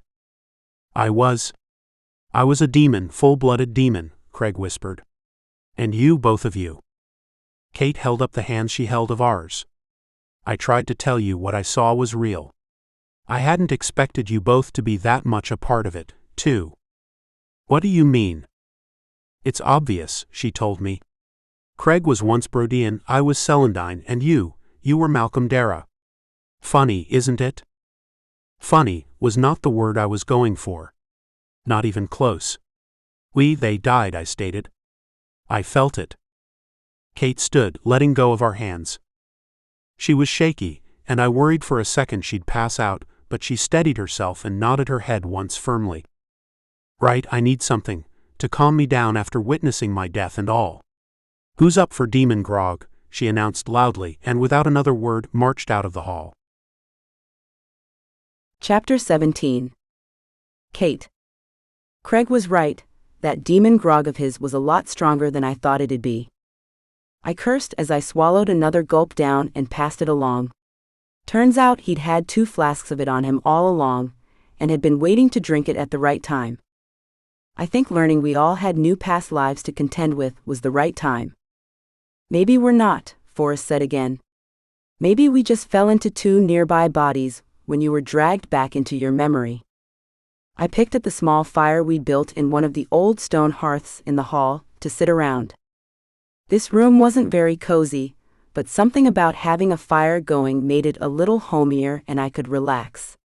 Slightly. I might have seemed calm on the outside to these 2, but my dragon was roiling within me, trying to accept what we'd seen. And to understand that Craig and Forrest were a larger part of this than I originally thought. Craig assumed we'd met so he could help me find the shield and use it, but now there was so much more happening. We had a connection, the 3 of us, and it ran much deeper than a mutual attraction. You know that's not what happened, Craig reminded him, crossing his legs at the ankles as he leaned back against the wall near the hearth. I saw into Brodian's mind. I felt everything he did, and it wasn't just like watching someone act. It was me acting. Me doing stuff. Living it. Forrest hung his head, running his hands over his hair. No, this just isn't possible. Why not? I handed the grog back to Craig. Why are you so terrified of being this Malcolm person, or whatever? I'm not, it's just confusing. Having a past life. Realizing that what happened back then actually happened. He trailed off, and I couldn't blame him for his frustration. I was just as confused and muddled as the 2 of them. I need a timeline, I mumbled, desperately working at holding on to everything I could about my time spent in Celandine's mind before she died. Sacrificed herself to save everyone, and no one even remembered.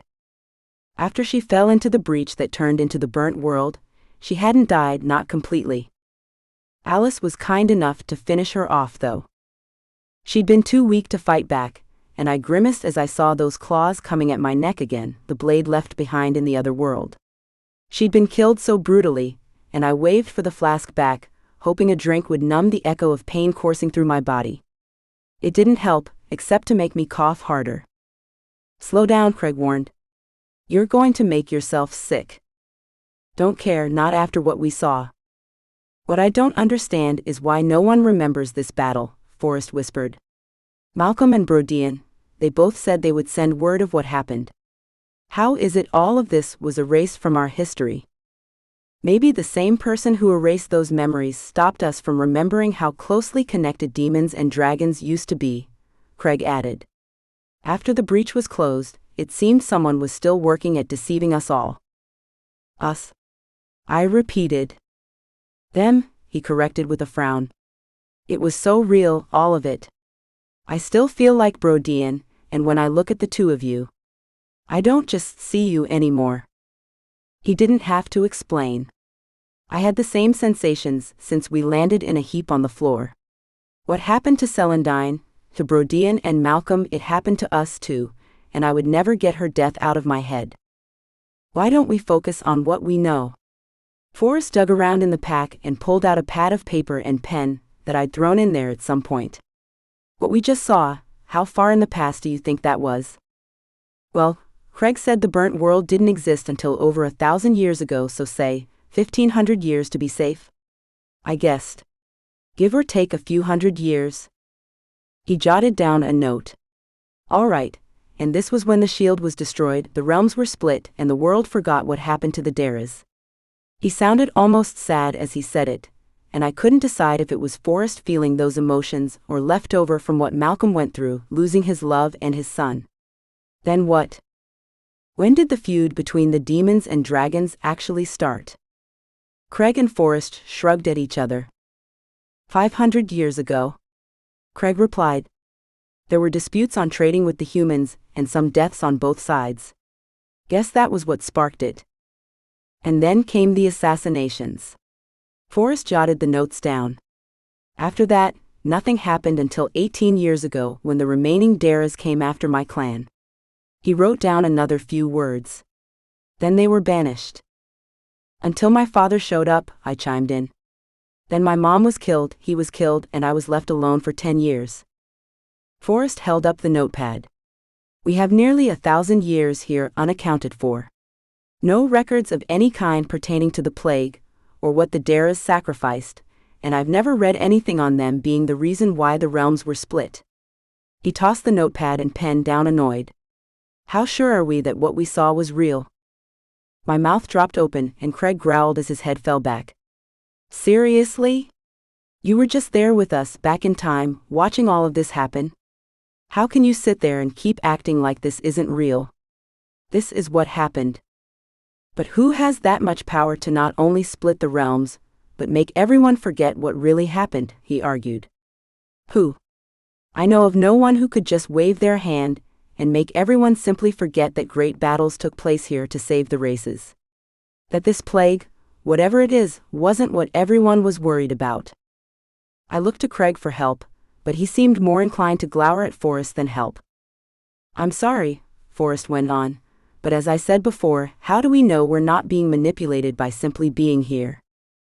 You can't just trust your instincts? Or trust me? He sighed, tapping the pen on the paper. I can't make anything logically fit, but I do trust you. I was running out of arguments. I thought seeing what happened back then, he would understand the truth, and would finally accept it, and yet for some reason he was still holding on to the hope that none of this was really happening. I wanted to understand the connection between the three of us, since that seemed to be an important piece to this puzzle. It doesn't need to be logical. You were there and you saw it yourself, felt it, I stated firmly. It's why the three of us found each other now. No, it's not. Forrest slammed his fist into his hand. I groaned in annoyance at him. He continued, I found you both because of Craig, not some mystical past life guiding me to my true path or whatever you want to call this maddening situation. He's just pissed because he was once a Dara, Craig mused with a grin. I failed to see what's amusing about this. Quite a few things. As they started bickering again, I reflected back to when I realized that Celandine had very close relationships with both Brodian and Malcolm. It ran deeper than simple attraction. They were meant to be together, their souls bound around each other. In those few moments of the past, I felt how tied to one another they truly were. It was love, but a different kind of love. Even now it made tears burn in my eyes, which I quickly wiped away before the other two noticed. All three of them gave their lives, and somehow a traitor remained behind to ruin everything. No one even remembered them. Until now. Whatever happened next, I was not going to let their deaths be lost to time. We had to do something, and that was going to start right now. It doesn't matter, I finally said, loud enough to be heard over them both. You're not a Dara now. We should try and figure out who they were, these three people. I've never heard of them. Forrest held out his hand and Craig handed him the grog. Malcolm Dara seemed to be the clan leader. How could you have never heard of him, at least? I could understand Brodian and Celandine, but a clan leader seemed like a name that would have been recorded somewhere along the way. I watched as he took a long swallow of the grog, and his eyes bulged before he spluttered, put the stopper in, and set it aside. We weren't taught anything of the Dara clan once they fell out of power. There were so few of them left, it didn't seem important, I guess. I was a child when they tried to kill my family. After that point, everyone was too afraid to even mention their names. Many of the texts that held any records of them were removed and destroyed for all I know. Of course they were. And Brodian? I glanced to Craig. Any idea? He started to shake his head, then stopped. Craig? Sorry, but it can't be the same, Brodian. What are you talking about? I sat up straighter. He licked his lips before answering. The blade, the executioner, it was forged by a demon named Brodian, but since I thought the sword had only been forged recently, it may not be the same demon.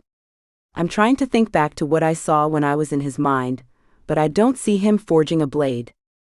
If he was the demon who created the blade, it would certainly tie him to Celandine even more.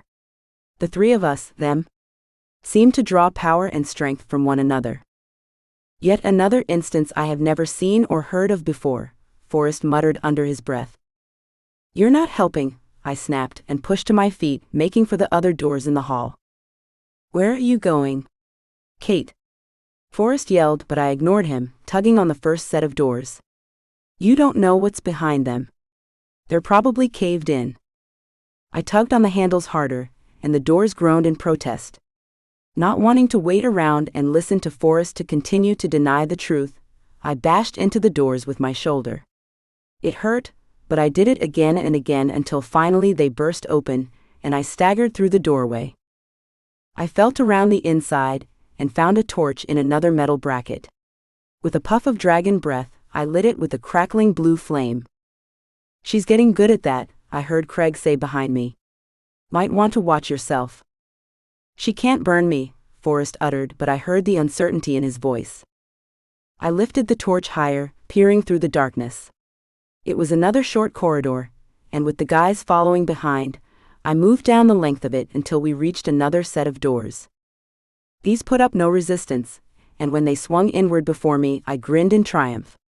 Would something in here be able to convince you of the truth?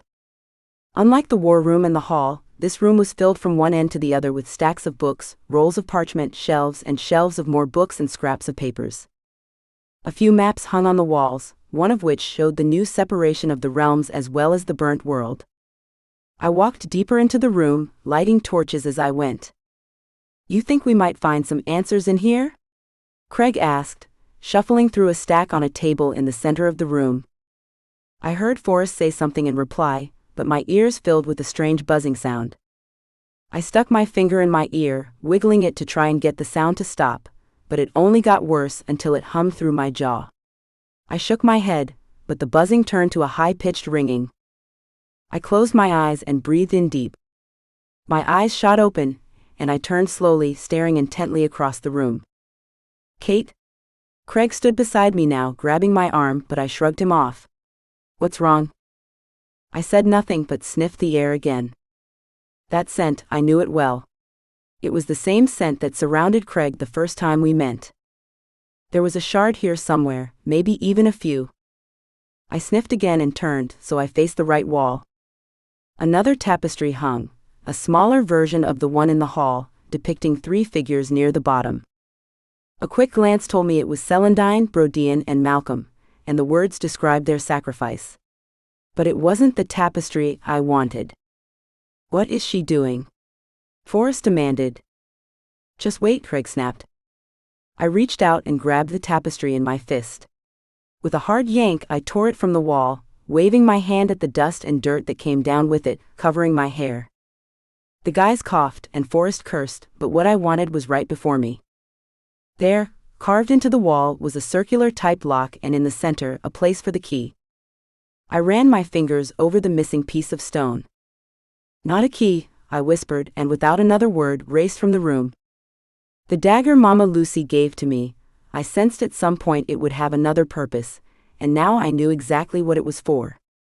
Craig and Forrest sprinted to keep up with me, as I grabbed the dagger off the sheath where we'd moved our things by the hearth. The second I had it in hand, I turned around and raced past them back to the room.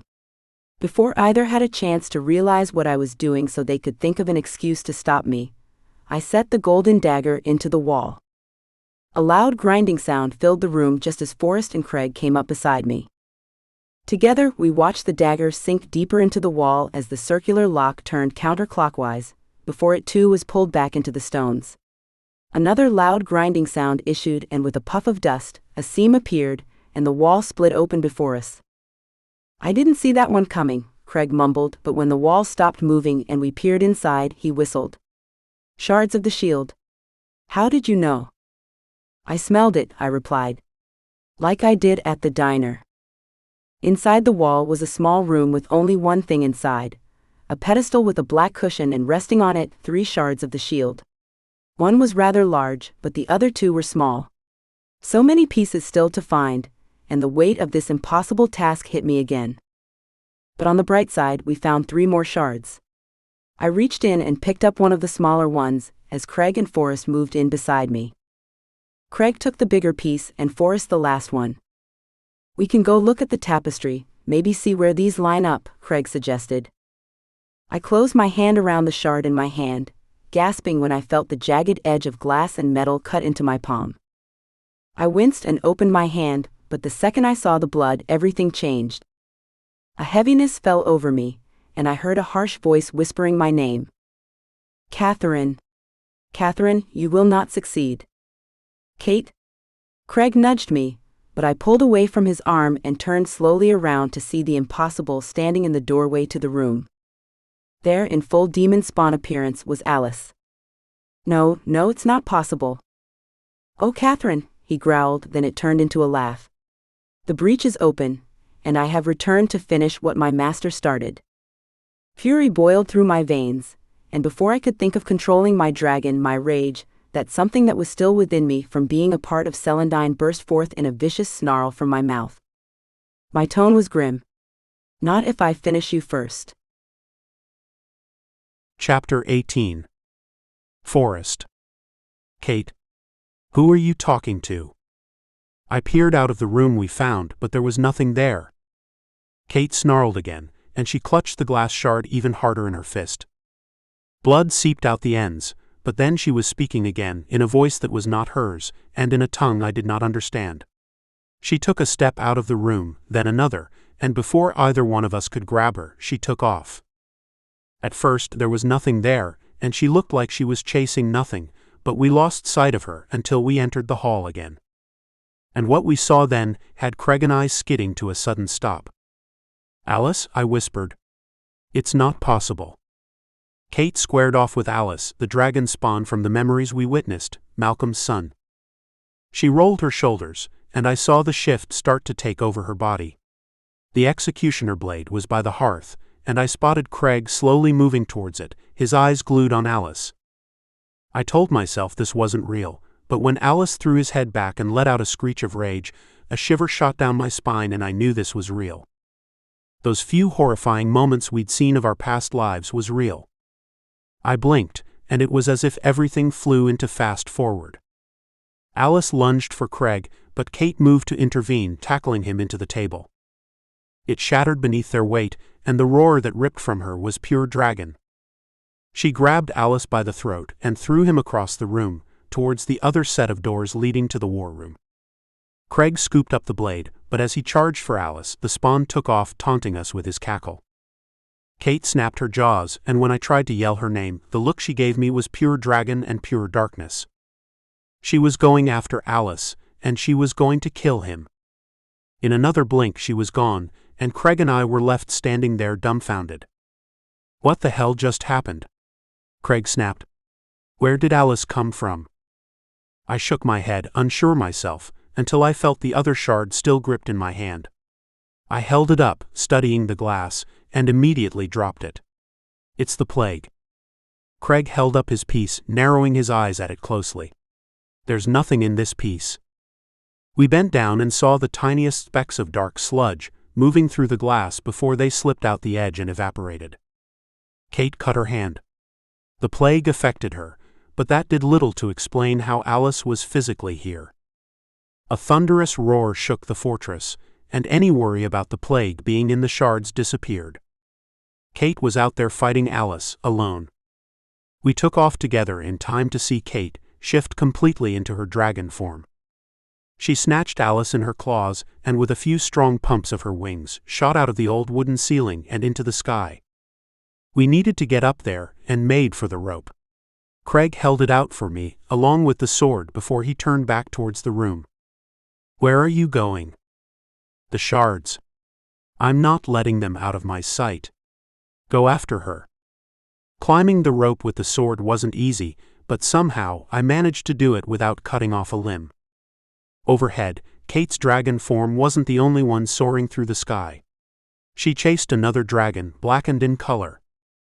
Alice shifted himself, and their fight raged in the clouds. Her crackling blue fire shot out, aiming for the plague dragon, but he rolled and dodged it, whipping around faster than should have been possible to attack her from behind. He slashed at her right wing, and her snarl of pain and rage hit me hard. I needed to get up there and help somehow, but I barely went 10 steps when I realized our situation was about to get worse. The shield had fallen, and our dome of protection, the one thing keeping our presence here a secret, was gone. Whether it fell from Kate being overwhelmed with her power or from something Alice did, we were fully exposed, and Kate was flying high, far too high not to be spotted by now.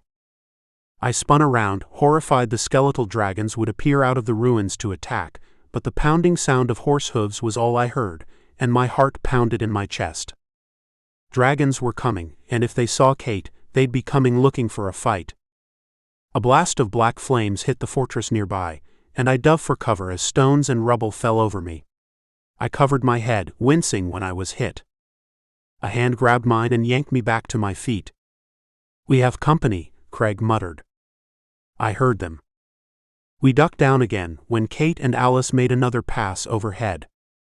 More shouts joined their roaring, and I saw 3 full patrols of dragons burst through the trees armed to the teeth, and behind them a cart bearing a catapult. "What is that?" Craig growled. "We have to get out of here. We have to get Kate." "And how do you plan on doing that?" Craig gripped the executioner blade tighter in his fist, but he couldn't fly. I stepped back from him, and before he could argue, I shifted, roaring as the change came over me, and my body stretched and grew until I was a dragon ready to fly up and aid Kate the best I could. Alice was behind her again, and I saw the burns on her tail from where she'd been hit. Her right wing was damaged, and she was faltering in the air. I pumped my wings harder and plowed right into Alice, trying to knock him from the sky. Kate whirled around and spotted me, but before I managed to catch up to her, a shout came from below. "It's the prince. Prince Forrest." "Capture that Dara," another commanded, and I heard the cranking of the catapult as they readied the net. More dragons were moving in on the ruins, and within a few steps they were on Craig. He tried to fight them off, but there were too many, and they wrestled the sword from his hand, pinning him face down in the dirt. He cursed and spat at them, but the catapult was ready. Fire. I heard the twang of the net being released and flew faster, so I was between the net and Kate. It wrapped around my wings and I tried to break free but fell too fast. I hit the ground hard, shifting back immediately to try and get out of the tangled cords so I could fly back up and protect Kate. My prince. Nathan, one from my personal guard detail, was at my side, dragging me to my feet. "Where is it?" I snapped, searching the sky frantically for Alice. "Where?" "The Dara?" he asked with a frown. "No. The dragon spawn." I spun around, but the sky was empty except for Kate. She roared mournfully, and she appeared exhausted, needing to land. I watched, worried she'd fall from the sky, but something still had hold of her. She shook her massive head, and more flames dripped from her jaws, narrowly missing the dragons near the catapult. "Get another net, now." "No, stop," I ordered, shoving Nathan aside to try and get to the catapult. "Get off me, you bastards," Craig yelled, and I saw him being dragged over by 4 dragons, one of them holding the executioner blade and the knapsack. "Get off." "We've apprehended your kidnapper," one of the dragons said to me. "Kidnapper? What? No. Let him go." Nathan's brow furrowed. "My prince, you have been gone for days and this half-breed is the reason as well as a Dara. We've been searching for you. And you found me, but you can't hurt them." I lunged for the catapult, but Nathan blocked me, grabbing my arms to pull me back. "Release me." "He's under their power, he must be." "There's nothing wrong with me. Let me go." But they ignored my orders, shoving me away from the catapult. Kate roared above us, and her eyes narrowed to see Craig and I held captive by my guard. She was going to attack them. She flew higher up into the clouds, disappearing from sight, and the clearing fell deathly silent. "Don't do this," I pleaded with Nathan, but he ignored me. "Nathan." Crackling blue flames filled the clouds, and I cursed, knowing exactly what was coming next. Kate's form burst through the clouds as fire shot from her mouth towards the dragons. They scattered and yelled, but the commander at the catapult stood his ground. "Fire! Kate!" I shouted, but it was too late. The net soared through the sky and tangled around Kate's dragon form, smashing her wings to her sides and mangling her legs. She spun around and around until she slammed hard into the ground. Craig growled in fury and managed to break free of the dragons. He took off towards Kate as she struggled to get free of the net, but the dragons caught up to him. I yelled for them to stop, but one knocked him over the head and Craig's body slumped to the ground. "Get the Dara under control," the commander ordered. "Now. Enough of this. You don't know what you're doing." I tried again to yank myself free of Nathan's grasp, but he only held me tighter. I needed to get to Kate. The guard moved in around her, swords in hand. I couldn't let them kill her, but just when I thought I was going to get free, something heavy hit me in the back of my head. I staggered forward a few more steps, my vision blurring, before I sank to my knees. "Kate," I whispered, hearing her roar turn into a cry of defeat before a second hit rendered me unconscious. Chapter 19. Craig. Images flashed through my mind. A nightmare scene. Alice back at the fortress, him and Kate fighting before they both took to the sky. It couldn't be real. Alice was dead and gone, but then my head throbbed, and I winced as someone roughly pried open my eyelids. Harsh light hit my eyes and I cringed, trying to pull away. Chains rattled, and I felt a strange weight at my ankles and my wrists. "He's alive at least," a deep voice rumbled. "It's a start. Father, please, you must listen to me." That voice, I knew that voice. Footsteps stomped around me and I blinked, trying to clear the fogginess from my head. We were not at the ruins anymore. This hall, I knew this place with the gilded gold decor on the walls and the granite floor beneath me. I was in the hall of the dragon leader, Kadun, Forrest's father. "You have put me through quite enough," the first voice snapped sharply. "You have been gone for days, and when you are finally found, you are in the company of a wanted man and a Dara. What am I to make of this? You have to let me explain, please. It's not what you think. What I think is my only son was taken from me, placed under some cursed spell, and now believes what? A darkness is spreading from some world that does not exist." Kadun was merely an older version of Forrest, gray in his black hair that trailed down his shoulders, filled with braids and beads of pure gold and silver. He was tall and broad at the shoulders. His dark skin reflected several battle scars, and the sword he carried at his hip had seen a number of those battles. He was an impeccable warrior. And now I was his prisoner. "Kate," I whispered roughly, realizing the last I saw of her she was in a net. "Where?" Forrest opened his mouth to answer, but Caden held up his hand and his son fell silent. I glowered at Forrest and he shifted his gaze, staring at the floor instead. "The Dara is here, a prisoner just like you." I heard more chains rattle, cringing as I turned to find Kate. She was still passed out on the floor, chained worse than I was, and covered in scratches and bruises. Her clothes were bloodied, and a growl started deep in my chest at the sight of her, so badly beaten. I struggled to get to her, but the chains held me back. I couldn't even stand. "What did you do?"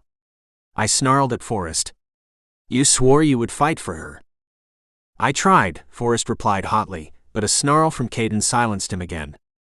"Coward, you're nothing but a bloody coward." Caden backhanded me hard enough to split my lip, and I spat blood at his feet. "Insolent mutt. You are lucky to be alive." "Lucky? Right?" I wiped my mouth on my shoulder, willing Kate to wake up and do something incredible, as she did before, to get us out of a jam. But she was barely breathing. I feared she was too badly injured, and she wasn't going to heal. Forrest kept trying to catch my eye, but I blatantly ignored him. I searched the grand hall looking for a way out, but dragon guards lined the walls and 4 were at the doors. I wanted to think I could bust my way through them, but these chains were not just metal. The clearer my mind became, the more I could detect the magic coursing through them, weakening me, the longer I stayed in them. The ones on Kate were probably the same. I had to get us out of this somehow. The executioner blade was nowhere in sight, nor the knapsack with the shards. If Forrest lost those shards the second I was out of these chains, I would rip him to shreds, prince or no prince. The doors opened loudly behind me, and I saw a dragon rush forward, handing a message to Caden. He leered in annoyance and crumbled the paper in his hands. "Our guest has arrived." "Guest?" Forrest asked. "What guest? Who did you send word to?" "The only one who matters in this situation, and you will keep your mouth shut on this plague nonsense while he is here." I raised my brow. So, Forrest had tried to speak to his father about what happened. I guess that was a start, but not good enough. Kate and I were still in chains while he stood beside Caden as if he was nothing more than the prince returned home, bearing gifts for his people in the form of prisoners. "What are you going to do to Kate?" I demanded. "Kate," Caden sneered. "She is a Dara. I care for no other name she goes by." "She's the Vindikar," I corrected. "You need her." "Oh, my poor misguided son," another voice said from behind me, and my blood ran cold. "You should not care for the fate of the girl when your own hangs in the balance." I didn't turn as I heard the steps draw closer, more than one set. I sniffed the air and mentally cursed. Reginald was here too. This day could not get any worse. Well, then again it could. The edge of a sword crept into my view from the right, the blade of the executioner sword. "I hear you were in possession of this. Where, may I ask, did you find it?" I kept my lips closed tightly, and my gaze suddenly locked on Forrest's. There was worry in his eyes and apology, but he had no idea what was about to happen to me. "You will tell me." Ragnall stepped before me and with the blade lifted my face, so I had no choice but to look into his eyes. His solid red irises were filled with promises of pain as he ticked his finger back and forth before my face. His black hair was slicked back, and his leathery face looked nothing like my own. His rough black horns curled tightly around the sides of his head, and were scarred from years of fighting off assassination attempts. "You, my bastard son, you think you have experienced pain before? You will soon learn what true pain is. You and your Dara." I didn't want to, but I gulped in fear. Reginald grinned darkly beside him, and I realized very suddenly I wasn't going to get out of this alive. Ragnall was going to torture me, and then kill me, and I wouldn't be able to save Kate. My quest for saving the world had ended abruptly. Forrest shifted his weight from one foot to another beside his father, and I flicked my gaze to him, narrowing my eyes. He did this to me, to us. He would be the cause of our failure. And if I died, I would haunt him for the rest of his days. I hope you've enjoyed this Kit Bladegrave book. Don't forget to subscribe and to ring the bell to be notified of new releases.